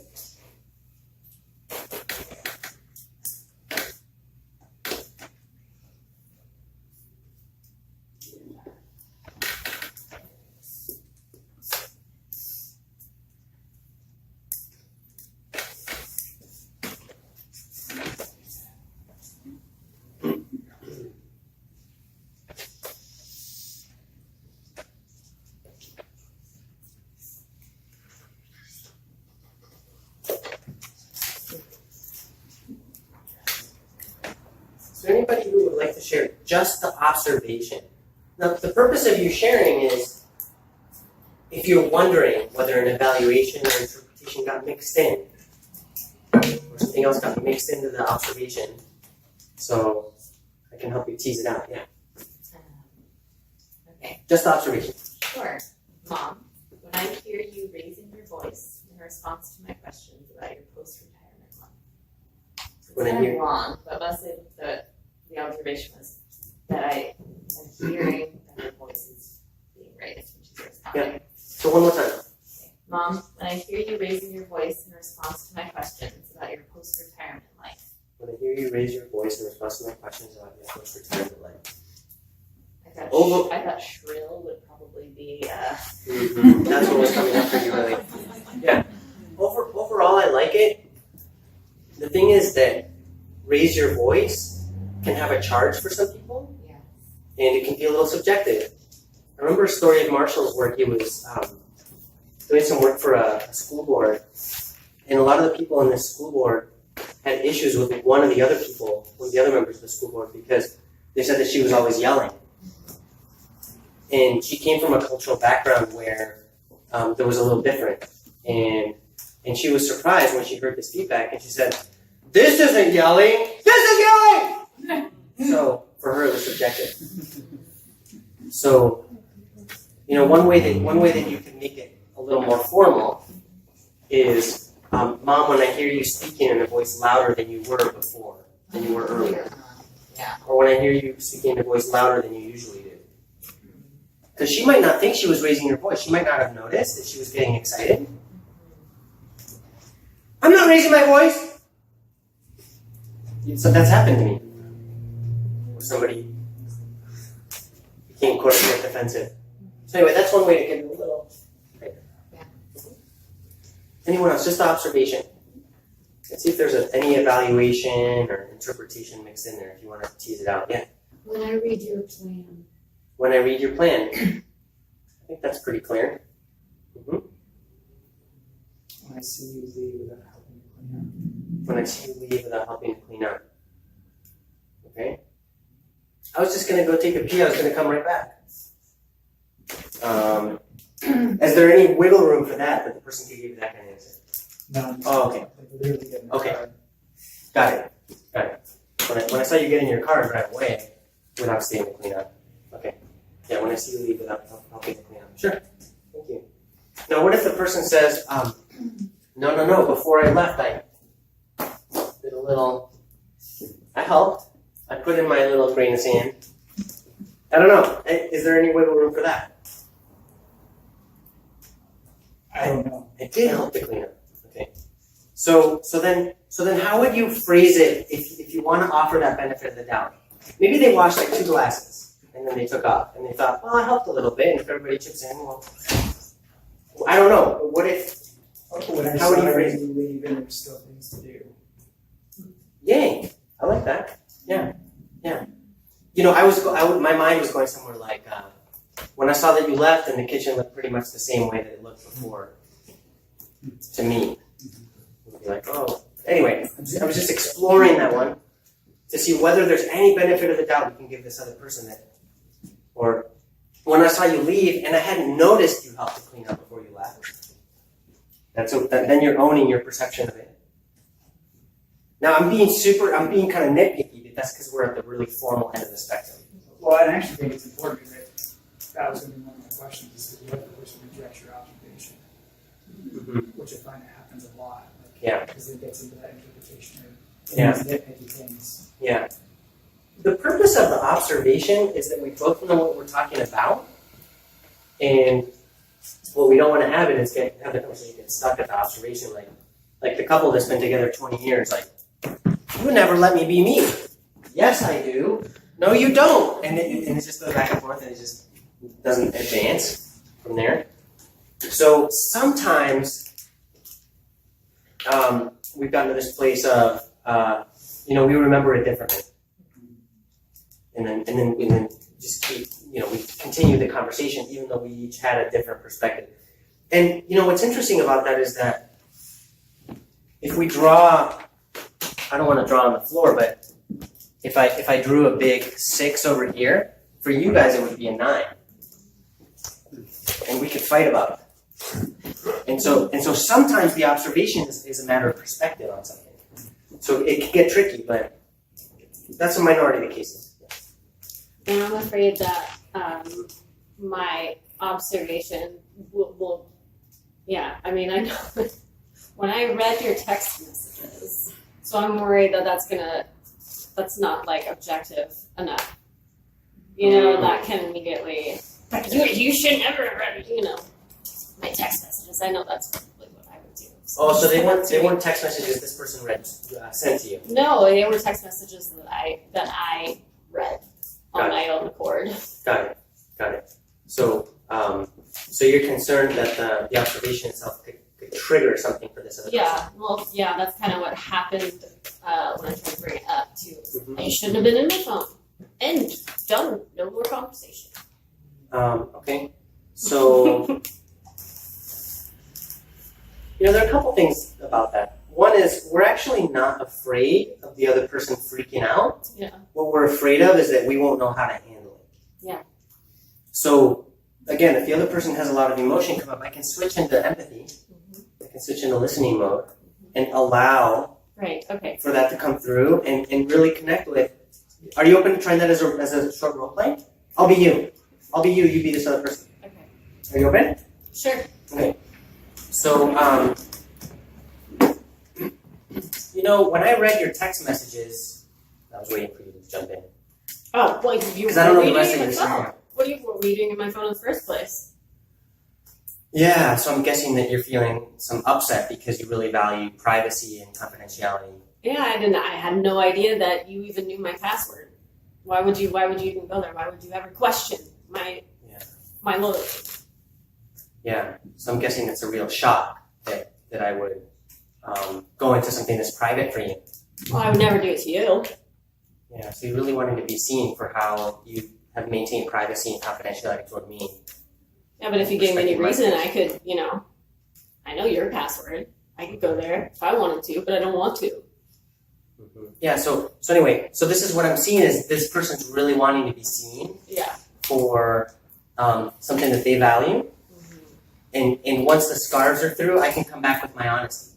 Right. It sounds like it's a very layered situation. It sounds like there's a lot of different aspects to it. So, and if we were going to do an actual role play, I would probably start role playing the other person, but with NVC, right? With compassionate listening, and actually give you an opportunity to vent and really get out, how hard the situation was, right? And role play the other person with compassionate listening to actually help you get hurt before we switch and then we'll try what we just did. Yeah, well, because what I'm experiencing from this is that my need is what I essentially violated. So the same need and value that you have is what you ended up... Because I crossed the line. You ended up going against it in your own actions. Yeah. Yeah. And so... Sure. And you just noticed that now? Yes. Yeah. And so there are a couple things, Katie, with that, is that you get to go through your own process of mourning. You know, that you did something that didn't align with your own values. And what that brings up for you. Well, yeah, it's saying, you know, like, that's a secure, safe thing for him, but the need that I have a need for security and safety. Yeah. So it's just, It's curious. Yeah. And so and I'm guessing that you have a lot to digest now. Sorry for the rest of the night. I always do. That's great. But you know, after going through the mourning process, what we do in NVC is then you connect with the part of you that chose to do the thing that you try to do. Right. And what were the needs behind that? Well, I have so many excuses too. This is not about Yeah. So We'll get besides the excuses, the universal human needs. So what were the needs driving you to do the behavior that you did? Yeah. Okay. So that you can get to a point of self-forgiveness. Yeah. Gotcha. So we go through mourning and then we get to self-forgiveness. But there's a process. I wish we had a lot more time because it sounds like a really great role play, but it could be a couple hours. Oh, I agree. Yeah. Thank you. Sure, you're welcome. Yeah. Anyone else? Observation or even the feeling? Yeah. I'm struggling with that observation that sounds judgmental. And how to tease that out. Okay. When somebody contradicts me, that's a loaded word right there. But do you have a specific situation? Okay. And so what did you write that you would say to the other person? Well, I wrote, when you contradict me, I feel irritated.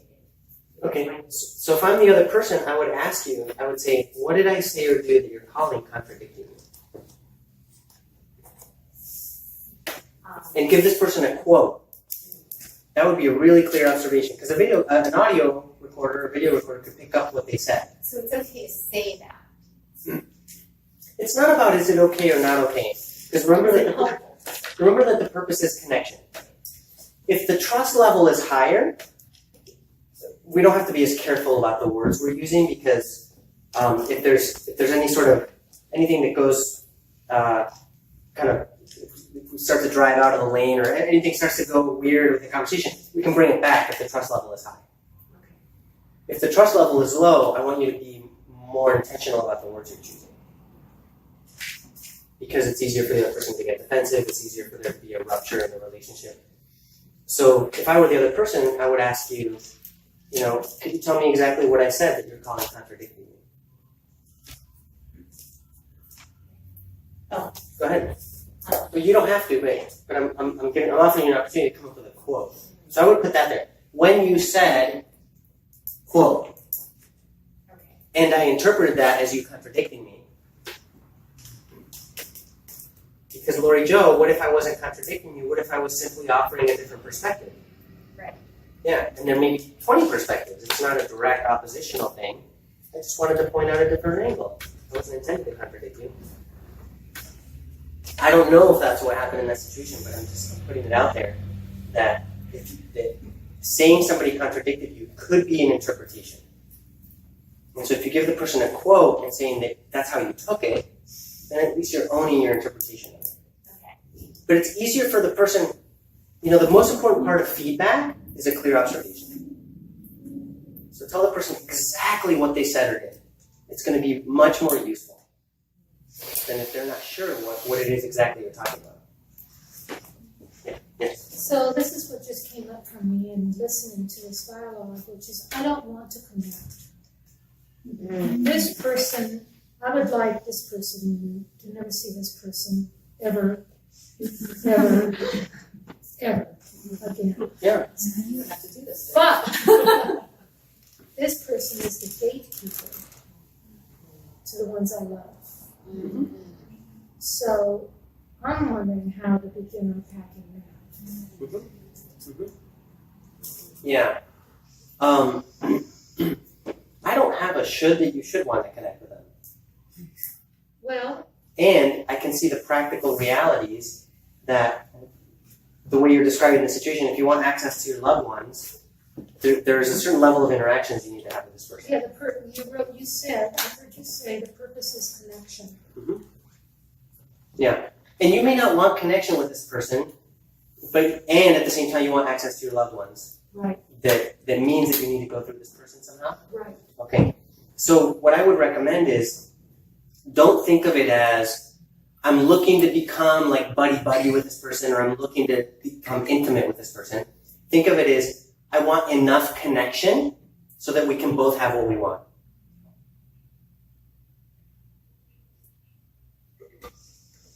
And I wonder if that approach can shift things.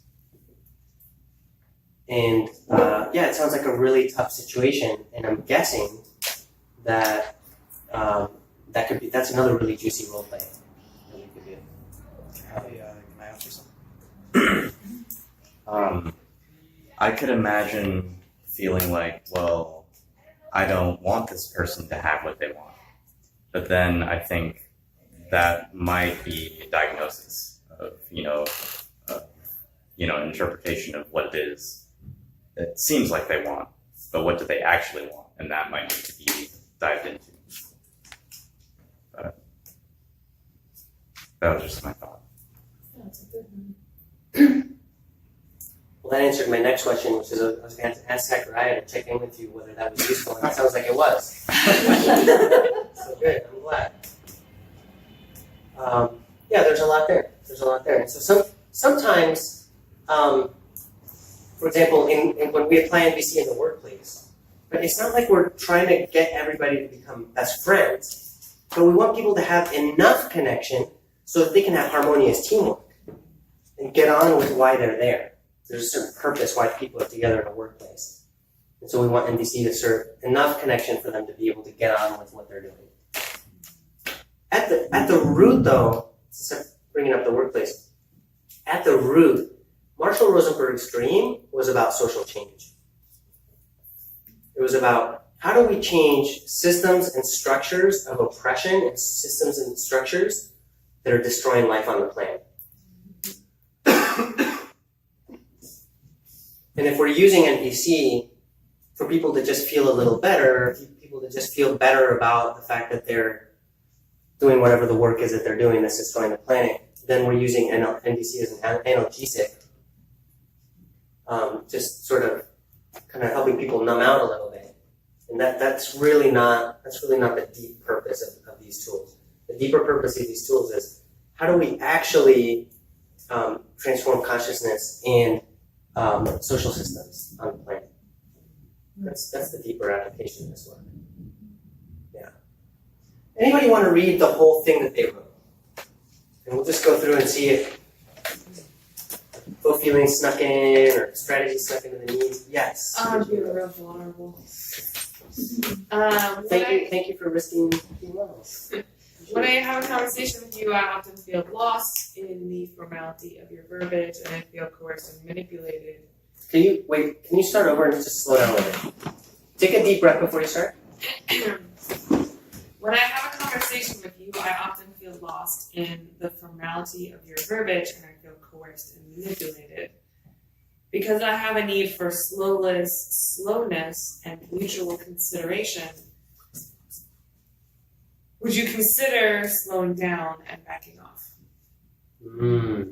Wow, there's so much there. So just the observation. When I have a conversation with you, I often feel lost. Okay, and that brings us to the other part. Okay. So, do you think this other person will have a clear sense of what you're talking about when you say, when I have a conversation with you often?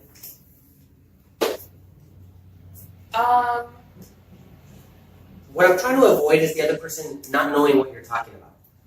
What I'm specifically referring to is somebody using nonviolent communication structure and formality and verbiage, and also a quantity of words in a small space of time in a way that so I could say those things. That's helpful. What you just said, what you just said clarifies it for me.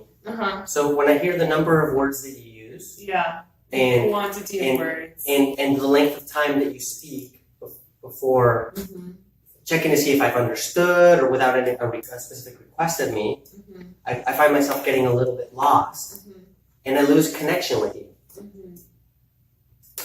And then you're going to the request. Would you? There's also I guess an implication of aggressiveness. Because would you be willing to slow down and back off? Yeah, right. So, because the second part of the observation is I feel manipulated and coerced, which are clearly right. Yeah. So, and so each one of those you could just unpack. There's so much there, right? Yeah. So when I feel manipulated and coerced, this is what's happening for me. You tell me if it resonates for you. When I feel manipulated and coerced, it's like I'm not really trusting that my needs matter to this other person, or that the conversation is a co-created experience. Yeah. Is that similar? Yeah. Okay. Yeah, that's kind of the gist of what I'm getting at. So I think that might be a clear way to translate manipulated and coerced, because if you tell the person that you feel manipulated and coerced, I could just picture somebody saying, "I'm not manipulating and coercing you," and then your conversation becomes more of a steeper uphill climb. So there's a lot there. So sometimes the thing where we want is 7 conversations down the line.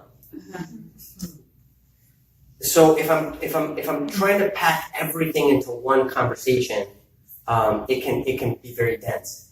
So as I walk through these several conversations, something might take. It's like I want every conversation to end with an energy that's open for the next conversation, and for the next conversation, instead of trying to bring everything to a head in one conversation, and then the possibilities are reduced for further connection. Does that make sense? Yeah. So would you be willing to slow down and back off? I just want to look at that one a little bit. Well, yeah. Specifically, I think you really got to the part of it because what I wrote was that because I have a need for slowness and mutual consideration. Mm-hmm. Yeah. That. So if this person gave you slowness, then what would you have?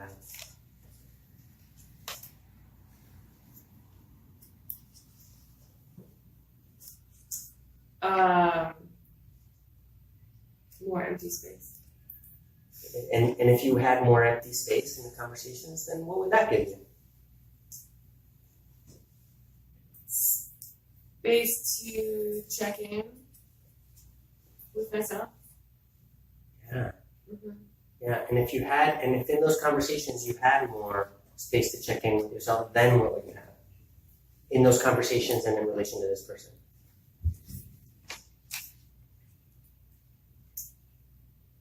More mutual consideration, maybe. And maybe more connection? Yeah.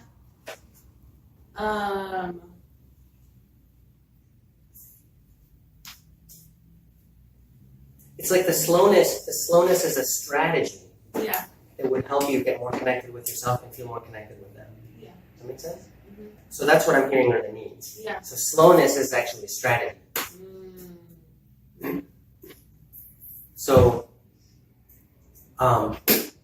is it okay if we pause there for a moment? Yeah. And the backing off piece is interesting, and I want to talk more about requests. But there's an example. For example, if Tess said to me, "I want more space in this relationship," and I'm like, "Is that enough?"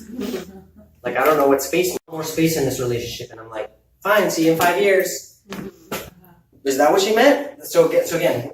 We don't know what backing off means when we're on the receiving side necessarily. So that's where slowing it down is going to really help, like the clarity come through. But what exactly could I say or do that would be backing off for you? Mm-hmm. And if you can spell it out for me, then I might be able to do it. Because I don't know what backing off means. In this case, I guess it is a person who is. To my perception, extremely rigid about what has been said in the past and adhering to what has been said in the past, or agreements or conversations, or a construct that is being created, where I might have a need for things to be more fluidly created in the moment. Yes. And so that, like, adhering to a rigid structure, as opposed to allowing things to evolve in a more organic way. And then also with a certain conversational aggressiveness, and then the like energetic sense of overwhelm for you. Makes it challenging for me to connect with this person. Totally, I get it. Yeah. So wouldn't it be wonderful if people came with a user's manual?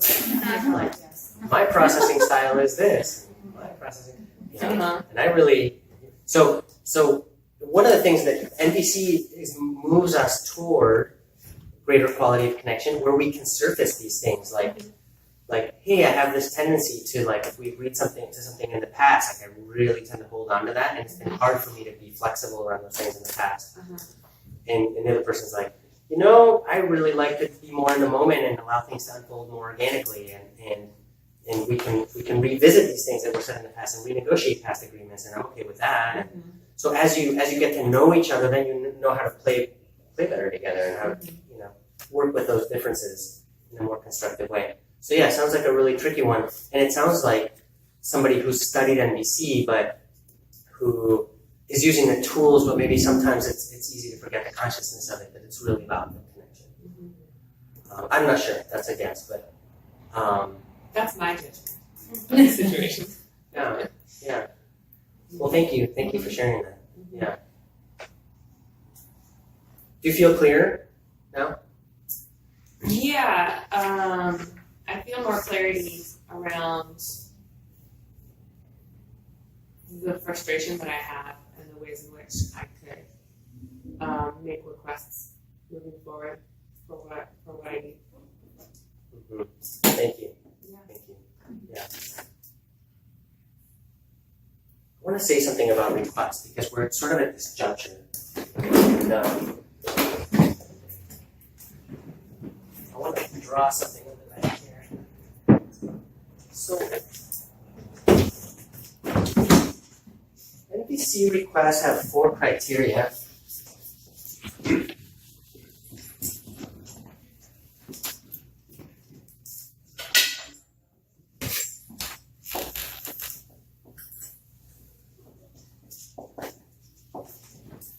I want it to be doable,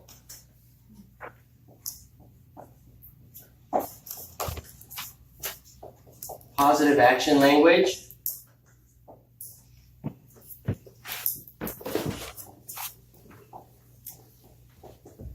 specific, and present. So a clear example is, I'd like more space in this relationship. That one's not really doable because I don't really know what exactly that means. Positive action language refers to telling the person what you do want them to do rather than what you want them not to do. So a father with his teenage son who's watching TV, son, get off the TV. Fine, Dad, I'm gonna go outside and join the street gang. Oh, wait, come back, let's see what's on the tube. As opposed to, son, when your program's over, I'd love it if you could pick up a book and read. Would you be willing to agree to that? More specific, what I want them to do. Very specific.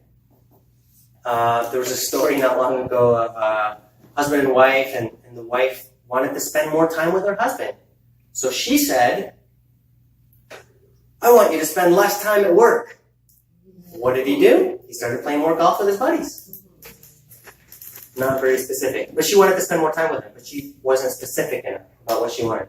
And then a present request is we're giving people an opportunity to respond to us in this moment. So how can I give you something that you can respond to me now, as opposed to a future request? So a future request might be like, Yeah, like I want you to slow down, for example, would be like in the future, even though it's not specific or doable or not, but or even like Joshua, could you do the dishes forever and ever in my house? Well, first of all, it's not doable. But let's say I'm trying to think of a future request. Would you be willing to talk about it? Would you be willing to? Yeah. And so what we can do when our request is some future action, what the person can do right now is agree or not agree. So that's how we turn a future request into a present request. Like, would you be willing to agree right now to that in future conversations? Anyway, I'm trying to use your example, Virginia, but it's not super clear how because the requests aren't specific or clear enough. So it feels like that one needs to be at the moment. So let me add a little more nuance here to the request. This might shift things for this exercise, but we have action requests, like could you get me a glass of water, or would you be willing to make your bed? You know, some action. And then we have connecting requests. And these are requests that specifically serve the connection. So like 90% of the time I'm using connecting requests. One connecting request is,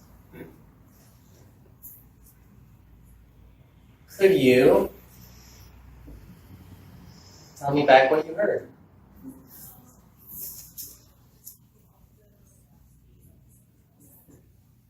Have you ever hung out with a friend or someone very close to you and everything's going fine, and then like 20 minutes later you're like in a fight and you're wondering, how did we get here? That ever happened to anyone? Yeah, it's really common. What I've found is that almost every time that happens is because at some point somebody said green and the other person heard yellow and nobody noticed. So we're going along just fine, and then suddenly there's this disconnect that we didn't notice, and the conversation starts to drift apart, and then we're in a fight. So this is just checking, A, here, it's just checking the message sent and message received are the same. And then B, some variation of, how are you doing right now, or what's going on for you right now? Or how are you feeling about what I just said? In other words, we're asking for the person's honesty. Here we're asking for their understanding. I had a couple of requests to work with me years ago at an event in Oregon. I was there teaching NVC, and we had 90 minutes together at this extended lunch break. And so one of them sitting here, the other one sitting here, I'm sitting in between them. And I took these two connecting requests. Could you tell me about what you heard me say? And then what's going on for you now? I put those on a sheet of paper in between them. And I said, basically, you're going to have a conversation, but you're going to follow everything up with A or B. And so they started talking, and this person would share some scary honesty, and the other person would tell them back what they heard. And they'd say, okay, so how are you doing right now? So then this person would share their honesty. And say, hey, could you tell me that back? And so then that person would reflect back and they'd say, okay, so what's going on for you right now? So then this person would share their honesty. And so they maintained that flow that I had up here between the two hearts. They maintained this back and forth for about 90 minutes. And at the end, I was like, how did it go? And they said, man, that was so hard. It really slowed things down. It felt like slogging through the mud. But we got farther in that conversation than we have in 25 years of couples therapy. Yeah. They've been together 32 years, married 30 years, 25 years of couples therapy. I had 90 minutes, and this is all I did with them, connecting requests. So just something to think about when you get to this part, especially knowing that sometimes the thing you want might be several conversations down the line. So especially in these tricky ones, right? It's like you might slow it down and use connecting requests a little bit. Once that connection is there, then you can go to strategy requests or action requests. I'm going to say something about requests. We could do 3 hours just on requests. They're super important. Marshall used to say, number one reason people's needs aren't met is unclear requests. Let me do a quick time check. Okay, so anybody want to share what they wrote? Yes, Serena. The whole thing? Sure. When you said you would confirm our plans by text but didn't, I felt frustrated and a bit angry because I value trust and respect. So would you be willing to tell me what happened for you and how that caused this lack of clear communication? I like it. The one thing that would take it like just a millimeter tighter in terms of formal on the observation, instead of it didn't happen, just simply saying, and I didn't receive a text from you. Okay. I've sent emails that got lost. I was actually in the same room when I sent it to somebody else on a different computer and the email got lost. And it was in my sent box and it never showed up for them. So there's a little bit of the benefit of the doubt there. I just want to say, I didn't see your text. Maybe you sent it and it got lost. But so there's like that little teeny bit. And then in the request, like what led to this lack of clear communication, there's a little charge. Do you feel it? Yeah. So it could just be, could you tell me what happened that we didn't connect about it? Or is there anything on your end that you want any information to share with me about what happened? Along those lines. So maybe just, would you be willing to tell me what happened for you and how that caused this? Yeah. Maybe if the text happened and I didn't get it, then that would still be Yeah, that would fit within that, yeah. too charged or not. What is it that you really want from this person? I want them to fucking text when they say that. Okay, well, you'll get to that, right? You'll get to that in the conversation. Yeah. So, would you be willing to tell me what happened for you in this situation? You can leave it pretty open for people. Sometimes when I leave the question really open, I'm surprised what comes my way. That I might not have gotten if my question was more pointed. So I could just take out like half of that last part. I think you're still going to get the information you're wanting in that request. Yeah. And then later you can get some understanding over how important it is to you that people keep their word, and how important integrity is. Integrity. That's the word I needed. Because I value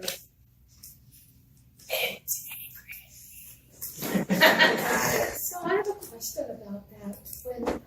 When I hear that, it sounds to me like an accusation. Mm-hmm. It feels like you didn't write the text to me and you threatened my safety, and you lack all integrity because you didn't send me the text when you promised. Is that how you want to be heard saying that? Yeah. No.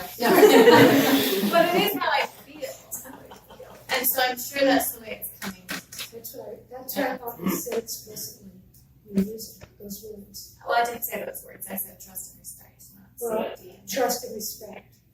But yes, I hear you, and I think that was pretty spot on. There's also something about using respect as a need that's a little tricky, because sometimes it has a very much of a contraction energy.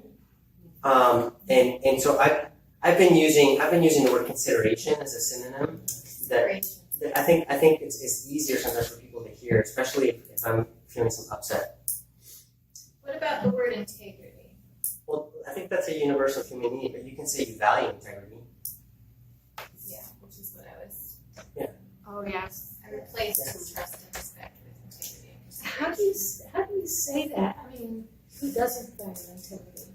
So how do you say that without it being an accusation that other person doesn't value integrity the way you do? Part of the difficulty here is that I have no control over what ears the other person is wearing. This is true. So I could say something in, my consciousness is all about quality of connection, and I could say it in really clear NVC, and the other person can still hear an attack.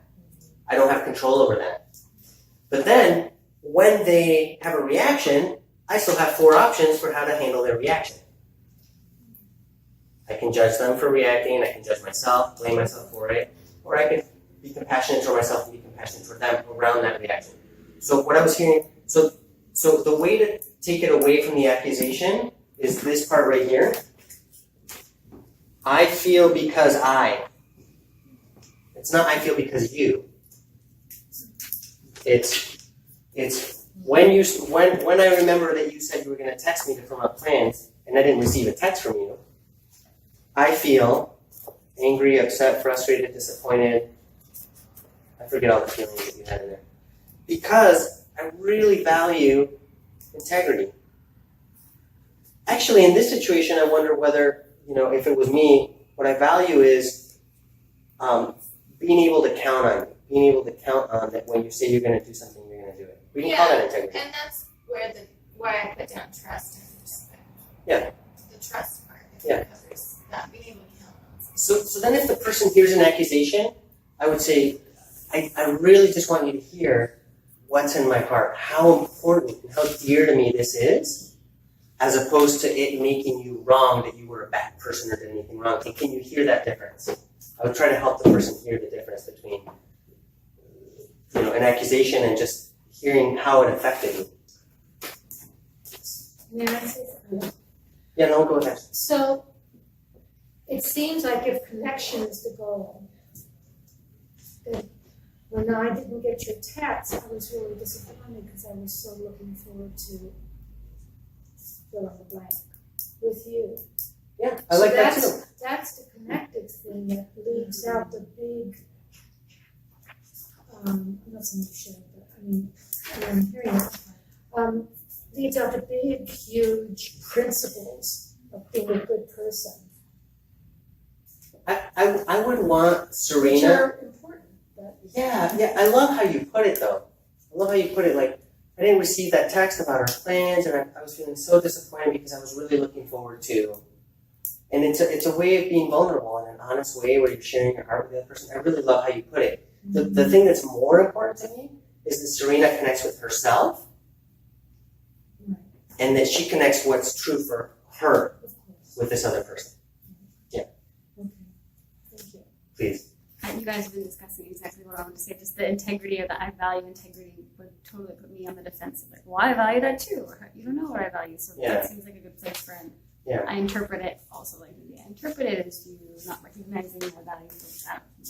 Yeah, that is a tricky thing about this one, but that I've run into. And I think that one thing, if you are practicing NVC and you are aware of how the models work, then you know that the values are universal, right?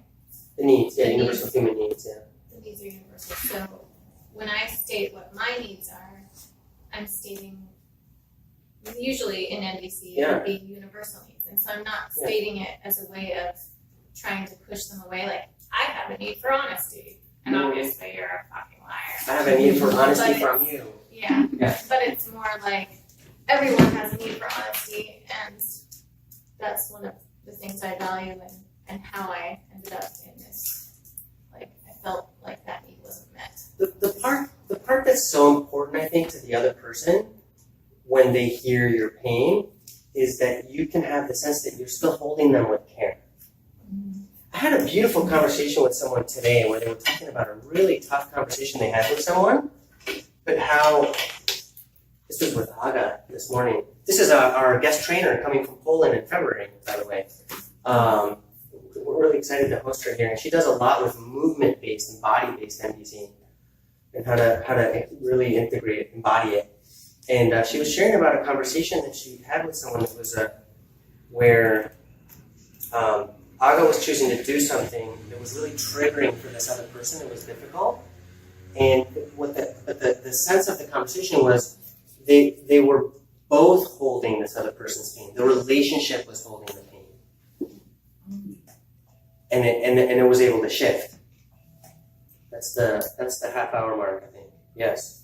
So we're at a half hour until we wrap up. But yeah, so that there isn't a right wrong or we're not playing the who's to blame game. But just we can hold that we had feelings come up and that's okay.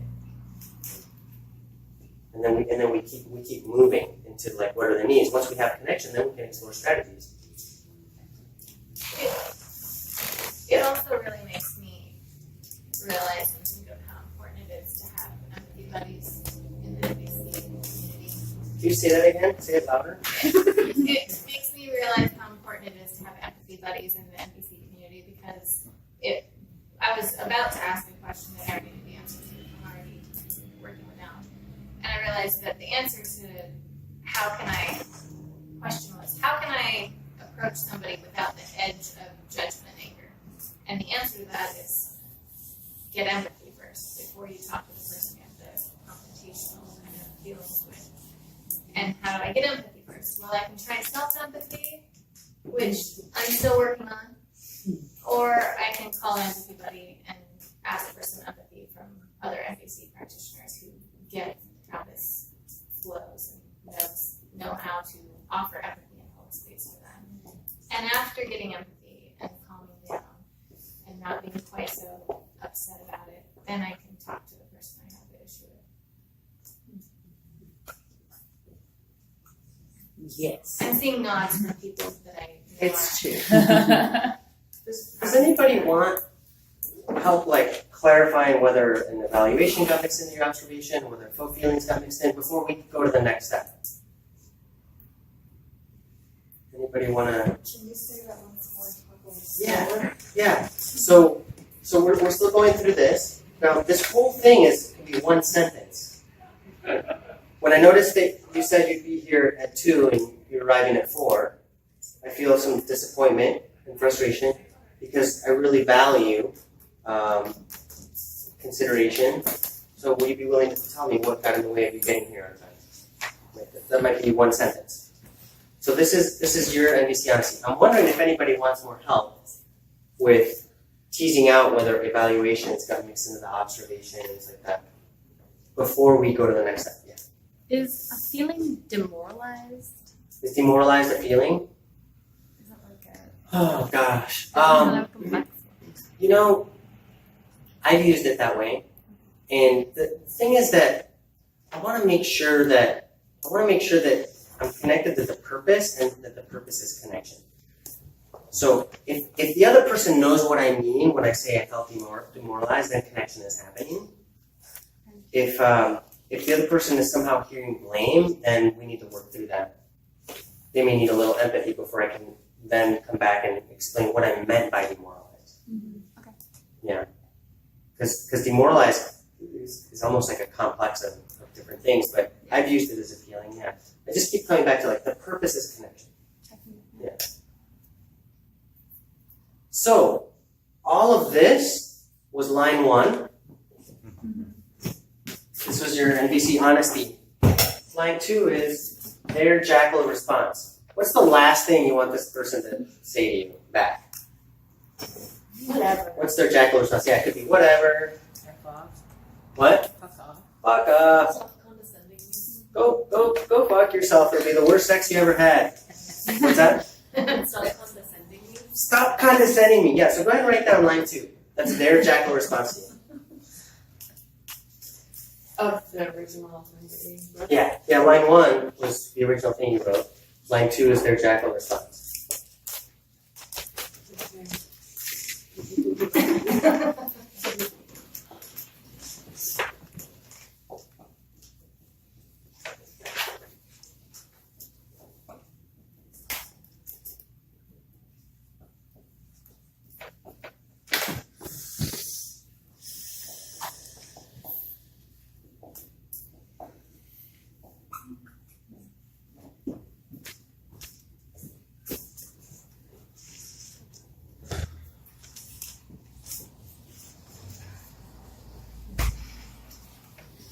This work really requires working with sane people. Same.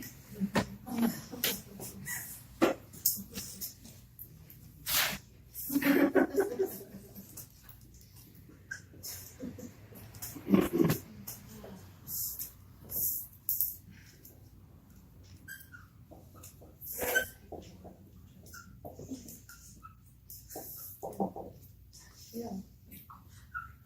You're dealing with somebody who's a jackal inside and out, 24/7. You're very strong.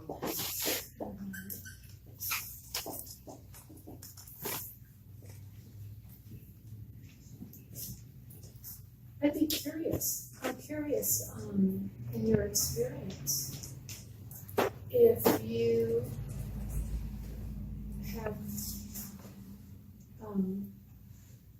experienced a shift from somebody who is a jackal secretly, and here's everything toward, reverses everything towards himself, herself, and doesn't say the jackal stuff out loud to you, but about you to everybody else.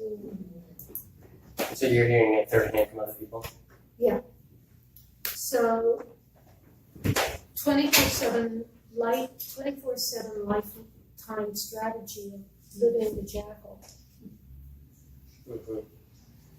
So your question is, have I experienced people like that, and have I experienced a shift in them? Yeah. Through using NVC? Yeah. I've definitely experienced shifts in me in relation to those situations and people like that. But you don't live that way 24/7. Well, no, but see, the thing is I mean, that all of us have jackal. That's not. I want to clarify something. If my intention is to get somebody to change, I've already missed NVC. Okay. If my intention is to create the quality of connection out of which we're much more likely to play this game, how can we make life more wonderful for each other? How can we find a win-win? Then that would be NVC. But so for example, I don't know, last year I walked into my 10-year-old's room. She's 11 now, but I walked into her room. I couldn't see the floor for the clothes all over the place. And I wanted to connect with her about that. If my purpose for connecting with her was to get her to pick up her clothes, that's missing NVC. So people will be like, I tried NVC to get my kid to pick up their room, and it didn't work. Like, well, that's not even the point of NVC. That's not what it's for. Then you're doing a subtle form of manipulation to get them to do a specific action. So if my purpose is connection out of which she could connect with my needs and values, and I could connect with her needs and values, and especially like if I'm open to a shift, like maybe I could be enlightened as to how that could be the most wonderful way to live for her in that moment, with her clothes everywhere. There might be, I'm open to seeing that. But if my purpose is to get her to do a specific thing, or if I'm trying to get someone to change, then I'm a little bit missing what NVC would have me bring to the table. I just wanted to share, and I didn't have the exact tools, but I had some tools to work with my father, and in being more in tune and more conscious of what it was that my intention was in the conversation. I mean, my dad, I had an impossible relationship, something I thought would never be mended. That is mended, and that had no changing of him. It was only my own personal awareness and getting really clear on what it was that I was hoping for. And as a result, my sister's relationship is better with my father. My mother's relationship is better with my father.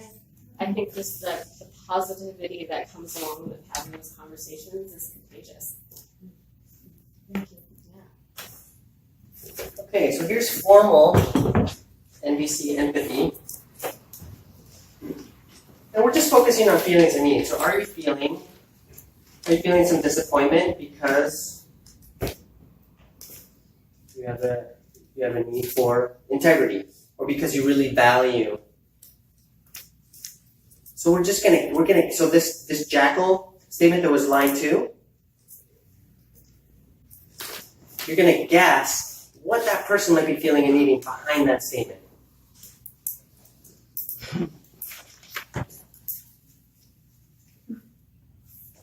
And we haven't really gone deeply into empathy tonight, and we haven't really practiced it. But I want you to feel what it might feel like to empathically guess what the other person might be feeling and needing when they said the thing that you wrote in line 2.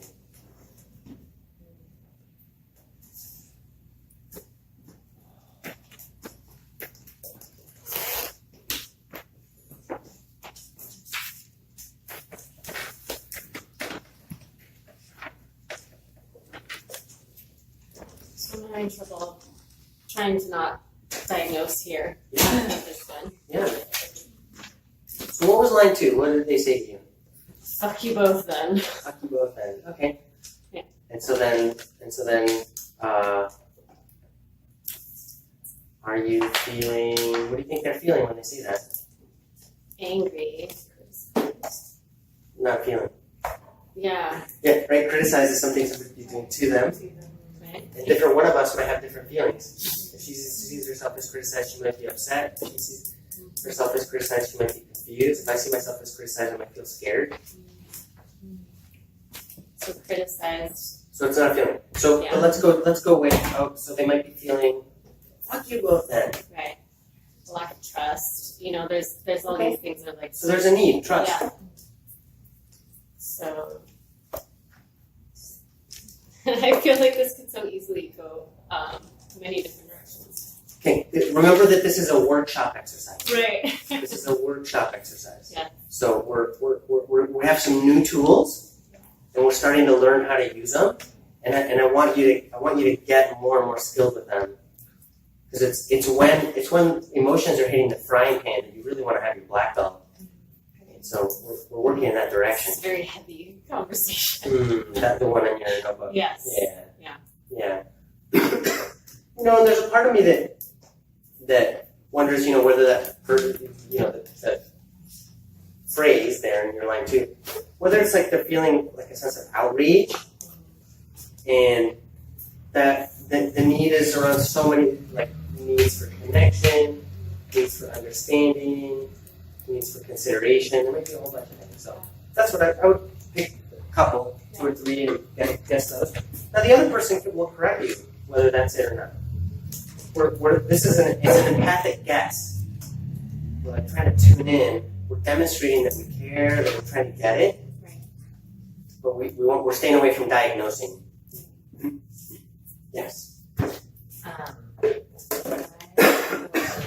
just trying to figure out how to follow this framework. Who is speaking in a louder voice than she's previously been using. Yeah. And my request was, would you be willing to hear my questions and engage in conversation to allow for a deeper connection? And then her response was just yelling more.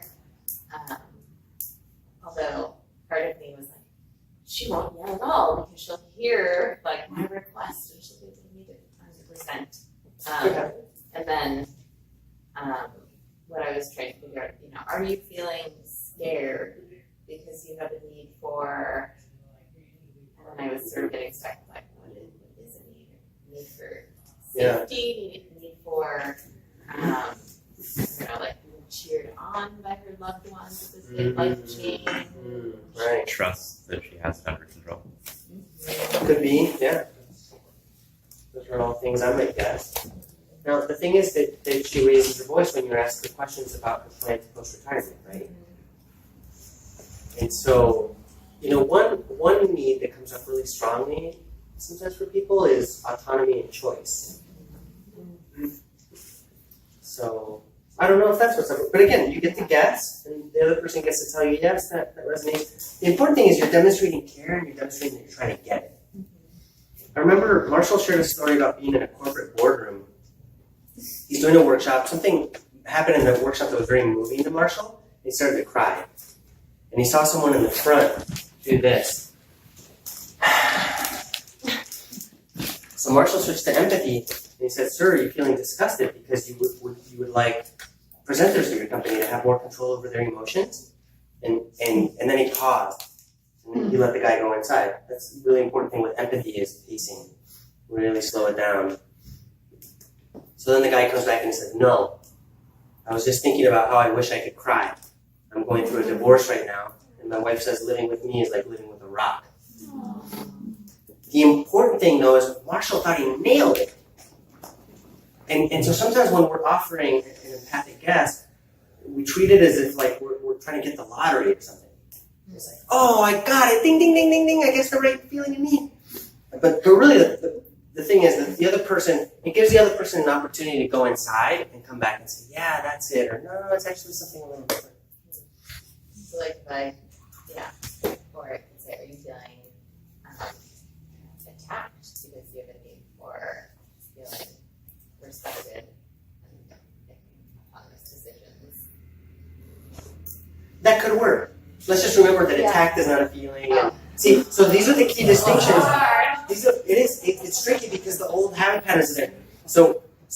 That's why I want people to have formal, more or less down before thinking, oh, I'm just going to do street giraffe all the time and forget this formal stuff, because it does help us keep the key distinctions really clear. Okay, well, tonight, let's see, let me do a time check. Yeah, we're starting to wind down. I'd love to hear any other examples of what you came up for your line 3. Is there anybody who wants to share, like what the jackal response was, or if you want to share the whole thing, that's fine. Let's hear like a couple more, and then let's start beginning to wind down. Joshua, and then line 3 is okay. Yeah, what was the jackal? The jackal.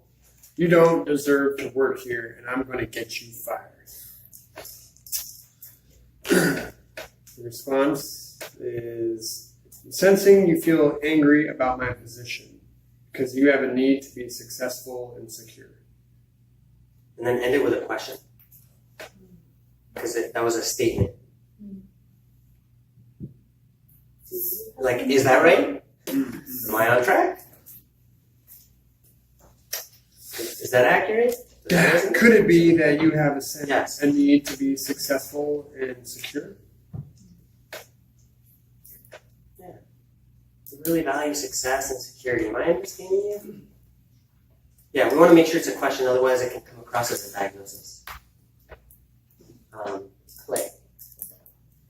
Well, this is how I parent. If you don't like it, leave. If you're not a parent, it's easy for you to say this when you're paid for this and only here 8 hours a day. My response would be, are you feeling hurt or judged by me because you have a need for being allowed to parent as you see fit and feel the need to be safe and respected in your home? Am I hearing you in this? Could you say your empathic response again? Are you feeling hurt or judged by me because you have a need for being allowed to parent as you see fit and feel safe and respected in your home? Am I hearing you in this? Mm-hmm. I really like that. There was one piece that really sounded like informal NVC. You want to feel respected in your home, something like that. That's speaking about the needs. But I think, in everyday speak, that's what we want to do. We want to use everyday speak to get across what we're wanting to get across. Serena. So their jackal response to me was, I'm sorry, you're so anal and mistrusting. And then my direct response to them was, are you saying you feel upset about this request or observation because you value harmony and peace? And what do you think their needs are behind their jackal? Or was that it, what you just said? Yeah, I think so. Yeah. Can you say it one more time? The Your empathic response. Are you saying you feel upset about this request or observation because you value harmony and peace? Say their jackal one more time. I'm sorry, you're so anal and mistrusting. So anal and mistrusting, to me it sounds like they're wanting flexibility and trust. Yeah. Sometimes the thing that the needs that the person's expressing, like it's right in their words, what their need is. So for example, I was in the room once when one loved one of mine said to another loved one of mine, being cared for by you is worse than being, what did she say? Being cared for by you is worse than being homeless. I'd rather be destitute. Something like that. I was shocked. My jaw dropped. I was like, what? I was in anger. But it was right in the words. Like that the person wanted to be cared for in a different way or with a different quality. So sometimes it's right in the words of what the person's saying that we're hearing what it is that's important to them. I felt like I was probably wrong, but I went with the intention is to make a static connection. Yay. Yeah, we're offering an attempt. Yeah, they'll correct us. Karen. The general response is, fuck you, I'll post whatever I want on Facebook. And so I said, are you feeling angry because you have a need for autonomy? Yeah. That's a perfect response for the workshop exercise. And then in real life, Karen might say it differently. But and I just want to clarify, we're learning the key differentiations. We're training our attention to go to feelings and needs rather than the thoughts and evaluations and judgments. And as that becomes more fluid, as it starts to become second nature, then things really start shifting.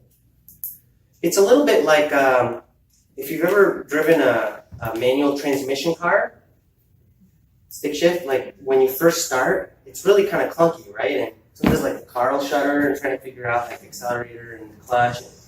But if you fast forward 6 months or a year, suddenly you're just not even thinking about it. You're shifting and it's just second nature. You don't have to think about where's first and where's second. You just do it. So NVC is like that, where it just starts to happen more fluidly. Your attention starts to go to feelings and needs more naturally and making clear requests and all that. So, okay. Well, let's see. Let me see how much time we have. I'd like to just close with a reading and then maybe get feedback from a few people. So this is called The Invitation, and it's by Oriah Mountain Dreamer. She wrote, "It doesn't interest me what you do for a living. I want to know what you ache for, and if you dare to dream of meeting your heart's longing. It doesn't interest me how old you are. I want to know if you will risk looking like a fool for love, for your dream, for the adventure of being alive. It doesn't interest me what planets are squaring your moon. I want to know if you have touched the center of your own sorrow, if you have been opened by life's betrayals, or have become shriveled and closed from fear of further pain. I want to know if you can sit with pain, mine or your own, without moving to hide it, or fade it, or fix it. I want to know if you can be with joy, mine or your own, if you can dance with wildness and let the ecstasy fill you to the tips of your fingers and toes, without cautioning us to be careful, to be realistic, to remember the limitations of being human. It doesn't interest me if the story you are telling me is true. I want to know if you can disappoint another to be true to yourself, if you can bear the accusation of betrayal and not betray your own soul, if you can be faithless and therefore trustworthy. I want to know if you can see beauty, even when it's not pretty, every day, and if you can source your own life from its presence. I want to know if you can live with failure, yours and mine, and still stand on the edge of the lake and shout to the silver of the full moon, yes! It doesn't interest me to know where you live or how much money you have. I want to know if you can get up after the night of grief and despair, weary and bruised to the bone, and do what needs to be done to feed the children. It doesn't interest me who you know or how you came to be here. I want to know if you will stand in the center of the fire with me and not shrink back. It doesn't interest me where or what or with whom you have studied. I want to know what sustains you from the inside when all else falls away. I want to know if you can be alone with yourself and if you truly like the company you keep in the empty moments. Who wrote that? Oriah Mountain Dreamer. Oriah. O-R-I-A-H. Mountain Dreamer. The book is called The Invitation. It's like in the poem's called The Invitation. Wow. Well, I'd love to hear feedback from a couple people, or 2 or 3, depending on how much time we have. Takeaways, things that could have worked better. Anything you'd like? Yeah. I'm not sure how to put this, but I'll try. I think this is because of like the nature of the exercises can be like very personal and really difficult. And I see you like I think that you managed it really well in the sense that like you helped people stay in like the bounds that they could with the tools you gave them in a workshop, right? So that they didn't feel like they went to a place that they couldn't explore in the company of others and things like that. And I just think that's a testament to like these skills. I thought that was really beautiful. Cool. Thank you.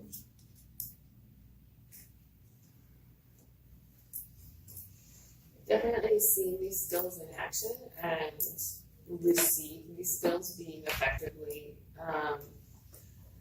used in communication with me or like in general communication, and seeing the power and the ability that they have to unlock kind of is exciting to me to like gain that tool set. Mm-hmm. Cool. Thank you. I felt myself fighting this a bit at the beginning, especially because it challenged my stories about the person I was writing about. And so I could feel myself putting up a wall. But when we talked about empathy, kind of cracked the door open where I thought, maybe I really don't know this person like I thought. Maybe there's something more to it. Maybe it opens up something even greater. It was really cool. Wow.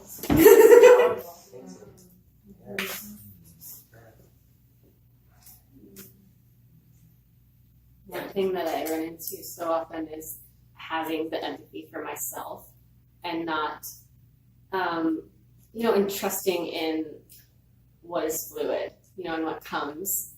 I think that having these tools just gives me a little bit more to lean on as far as what I feel I am capable of.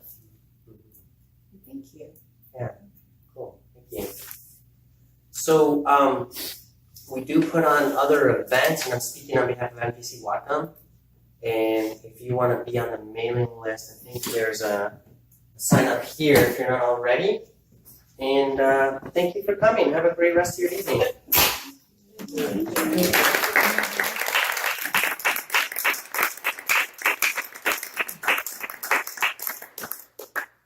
And we have a workshop on the 22nd, right? September 22nd on NVC and Parenting.